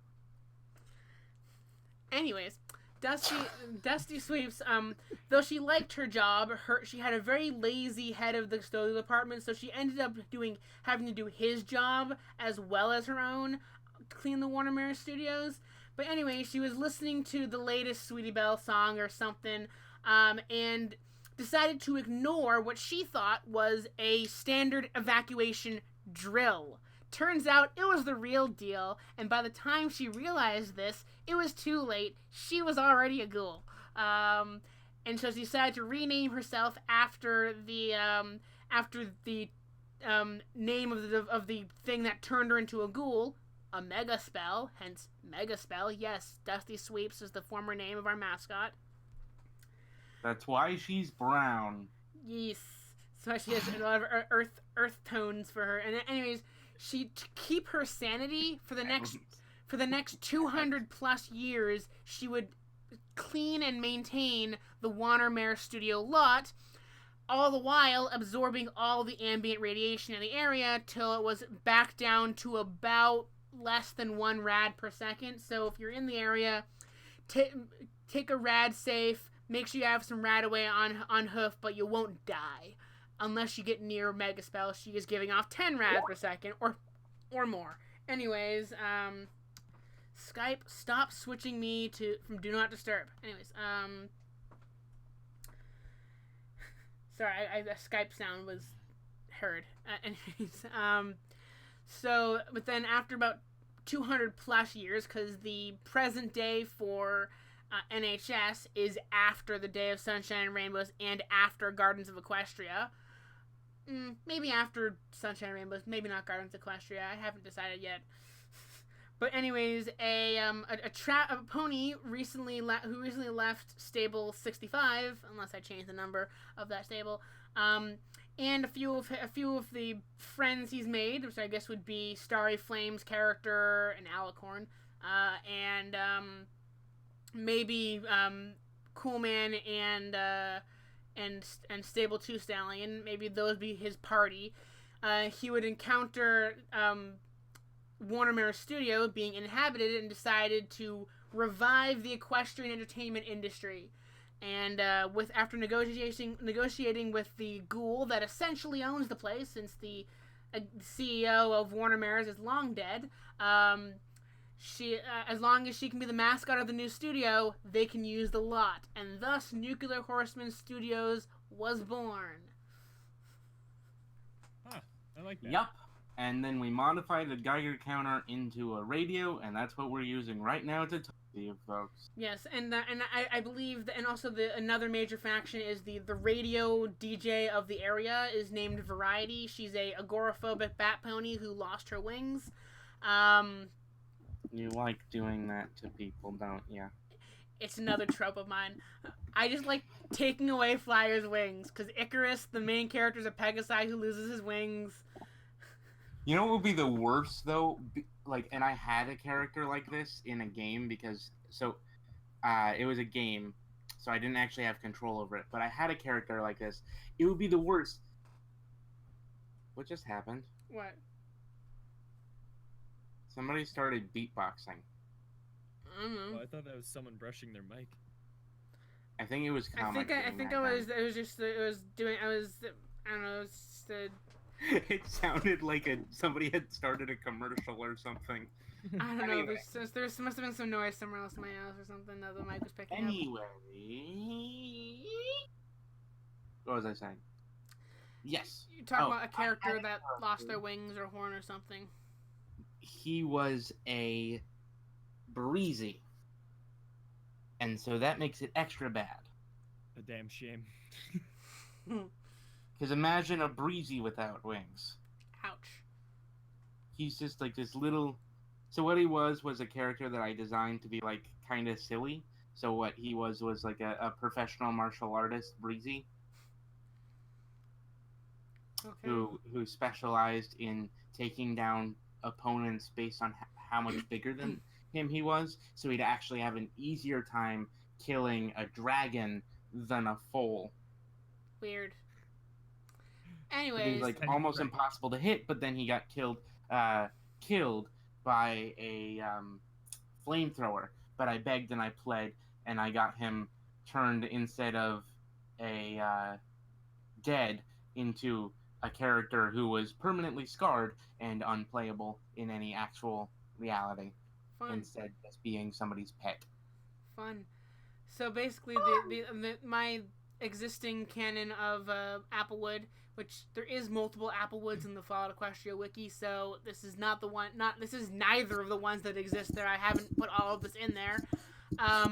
But basically, the MAS EBS tower in the area was never finished, so it's just a construction site. So DJ Pone 3 doesn't reach out to Applewood. Instead, we have Variety broadcasting from the MOI hub, the Variety News printing area, Variety News building, and because she doesn't have the same network that DJ Pone 3 has to know the going ons of the area, she has these clones. I never really figured out the exact lore, since I did kind of steal the idea from Fringe again. I like borrowing from Fringe. It's a great TV show. She has I watched Fringe, but then I don't remember enough. She had one of an MAS. What do you think of the Watcher Pony then? Huh? I was literally about to actually mention that. I kind of used the Watcher ponies. Basically the observers or of herders, or I forget if I use the pony pun or not, are a faction of mysterious earth ponies. All of them have a gray. They have a gray coat, no mane, no tail, binoculars as a cutie mark, and they wear a fedora and a suit, like a suit blazer. They can be all shapes and sizes. They're not like all uniform. There's some weird bat pony hybrid clones that Variety's father had made before he died or something, and they have some weird magical ability, like with their hood, they can still cast some kind of magic of sorts, and they can basically not only teleport but kind of be anywhere they need to be to observe the Applewood area. Again, I hadn't figured out all the lore before canceling this fic, and I don't know if I'll even include the observers within the lore of NHS, but technically speaking, I would laugh my ass off if we made it canon that NHS dug up a bunch of old audio tapes and made full bead, better quality versions, and like NHS is actually like 20 years after the thing happens, and we just end up being like, okay, but we have all these old audio files, but they're like really shitty, so we're gonna make better versions of them to record and then broadcast. anyways, at least I know Variety, the DJ of the area, will be canon to NHS. Damn, my voice is really getting hoarse. Well, maybe we should stop after 2.5 hours and just anyways, go do other things, since there are still only 5 people here and none of them care. Do you guys care? Anyways, I would say that we people. probably our podcast will be broadcast on Variety News Network, and maybe our audio dramas would be too, kind of thing. We'd have that kind of relationship with the DJ of the area. Anyways, that's all I have of the canon of NHS in universe. We will expand on that later. Anyways, Kerr Dragon a while ago asked a question which I think I answered earlier, but we'll answer again, and then end. I guess 2 hours and 30 minutes is a long enough podcast for now. Next time, note to self: have a glass of water or something. Always have one. Have a glass of water, please. You guys drink water? Ugh, fish fucking that stuff. It's only whiskey for me. Sounds like something Blackjack would say. Is that a quote? I think she might have said that. No, I can't remember where fish fucking it. It's from a show or something. I feel like I usually have a drink of some kind, but this time I forgot. I could have left mid-podcast and said, hey, talk amongst yourselves, so I wanted to get a drink, but I decided against it. I ate macaroni and cheese and potatoes while we were recording this. I was about to go get my whiskey until I realized that we had a podcast, and then I also realized it was 10 o'clock in the morning. Anyways, to answer Kerr Dragon's question, Fallout Equestria obviously is canon. Project Horizons, Mercury Number 7, Pink Eyes, Heroes are canon. I'm hesitant to include the canon of Visual Pony's Duty, not only because it does kind of break some of the Ministry of Awesome canon, and it's kind of hard to reconcile with everything. I do like it, so I'm that's a more maybe.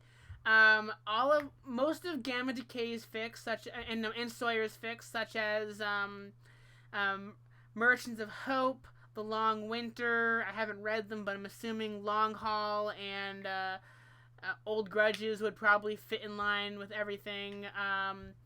Dice Warwick's Stable Tech R&D, Chumming Waters, and whatever fics came after that. Ditsy Do Chronicles, even though the person never finished it. My own fics, because I'm a narcissist.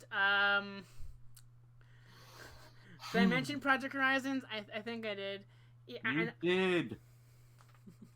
I know Kerr Dragon specifically likes Project Horizons, but doesn't like the epilogue.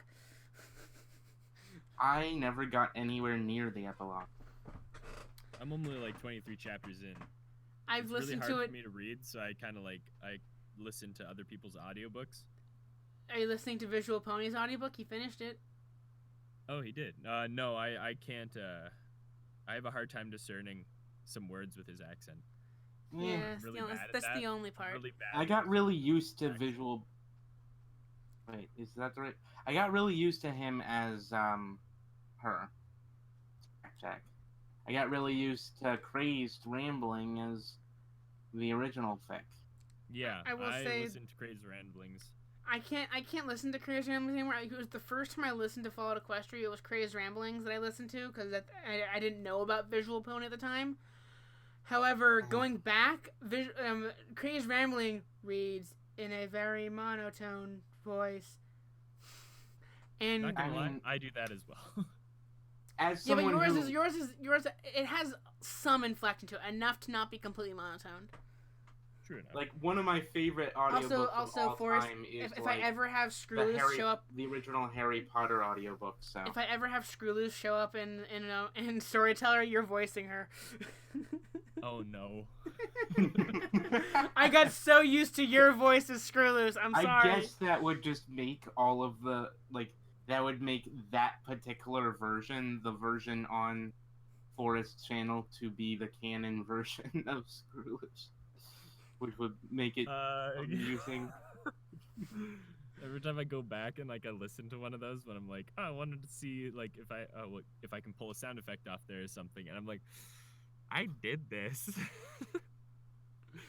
I've voiced a female character for more than like however many chapters it is. I think Oh, boy. it was 23 of actual voice chat. Well, no, it was 24 official chapters, 25 counting the epilogue. However, there were 3 chapters in there that were just error, file corrupt, error. Error. Those are my favorite chapters. Just the 8-word long chapters. Yeah.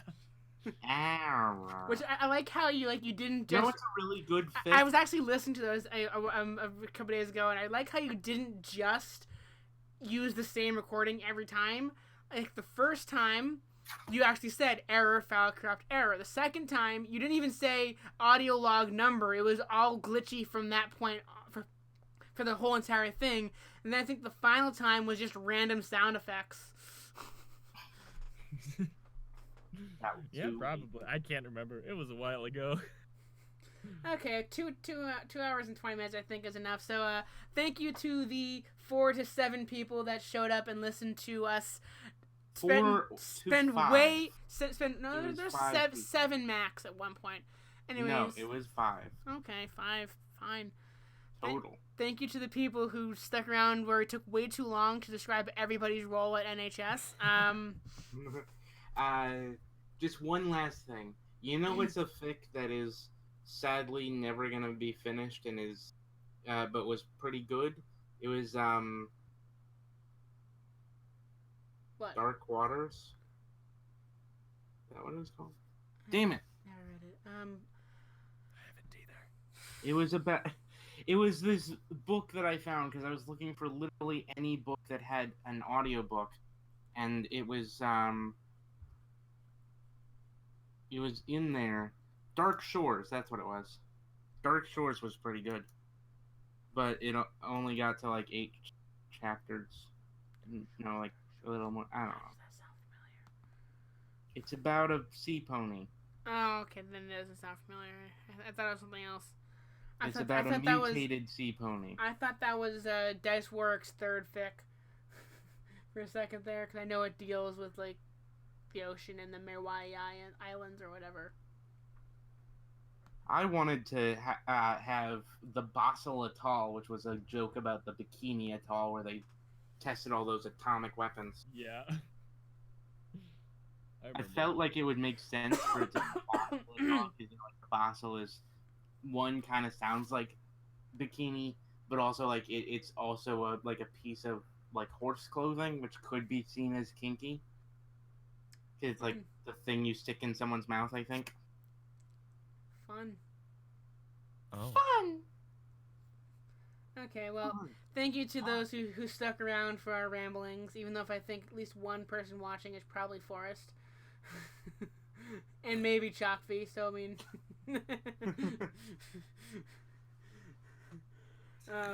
True, again, I'm on there. I'll probably notice. I'll probably remember next time to have something to drink while we're podcasting, so I don't become a little horse. We definitely had Anime, Onyx, and KR in there, and I guess KR and Anime are the ones that are still around. Probably. Onyx had to poof for reasons and work, I guess. Okie dokie. We'll probably do these production. We'll probably do these production podcasts every now and then, just for the fun of them. Maybe we'll discuss current events or any news relating to. Oh yeah, KR had a suggestion about what to do with those. Oh yeah, I'll look at that later. It's in the writers in the writers server. Writers. Like anyways, Twitter. Before my voice completely gives out, let's finish this My podcast. legs hurt. I've been sitting cross-legged this whole time. We'll probably discuss any new happenings with the series. When the first episode actually gets released, which will be sometime in October. Any news relating to maybe Fallout 76 or something? We might mention that. I really wish modded servers would come up quicker. But once modded servers are out, we need to get like a server for here. Maybe invite the people from Writers Twitter or whatever. Maybe Writers podcast. Writers server. Fun.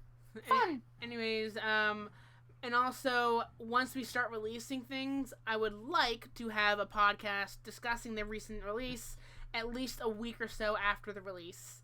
And maybe, if I can, maybe we'll even try to get, like interview, like, Somber or K-Cat or No One or whatever the people who wrote the Big Five fics are named and such. Yay. That would be fun. Maybe I we'll mean, we can get in touch with some of them through that other... have Post-Apocalyptic Emporium. Yeah, so we can get in touch with, like, No One and... Velotrax. I think and Somber's in Somber. there. Yeah. Yeah. Okay, I'm gonna end the podcast now. Bye. Yay!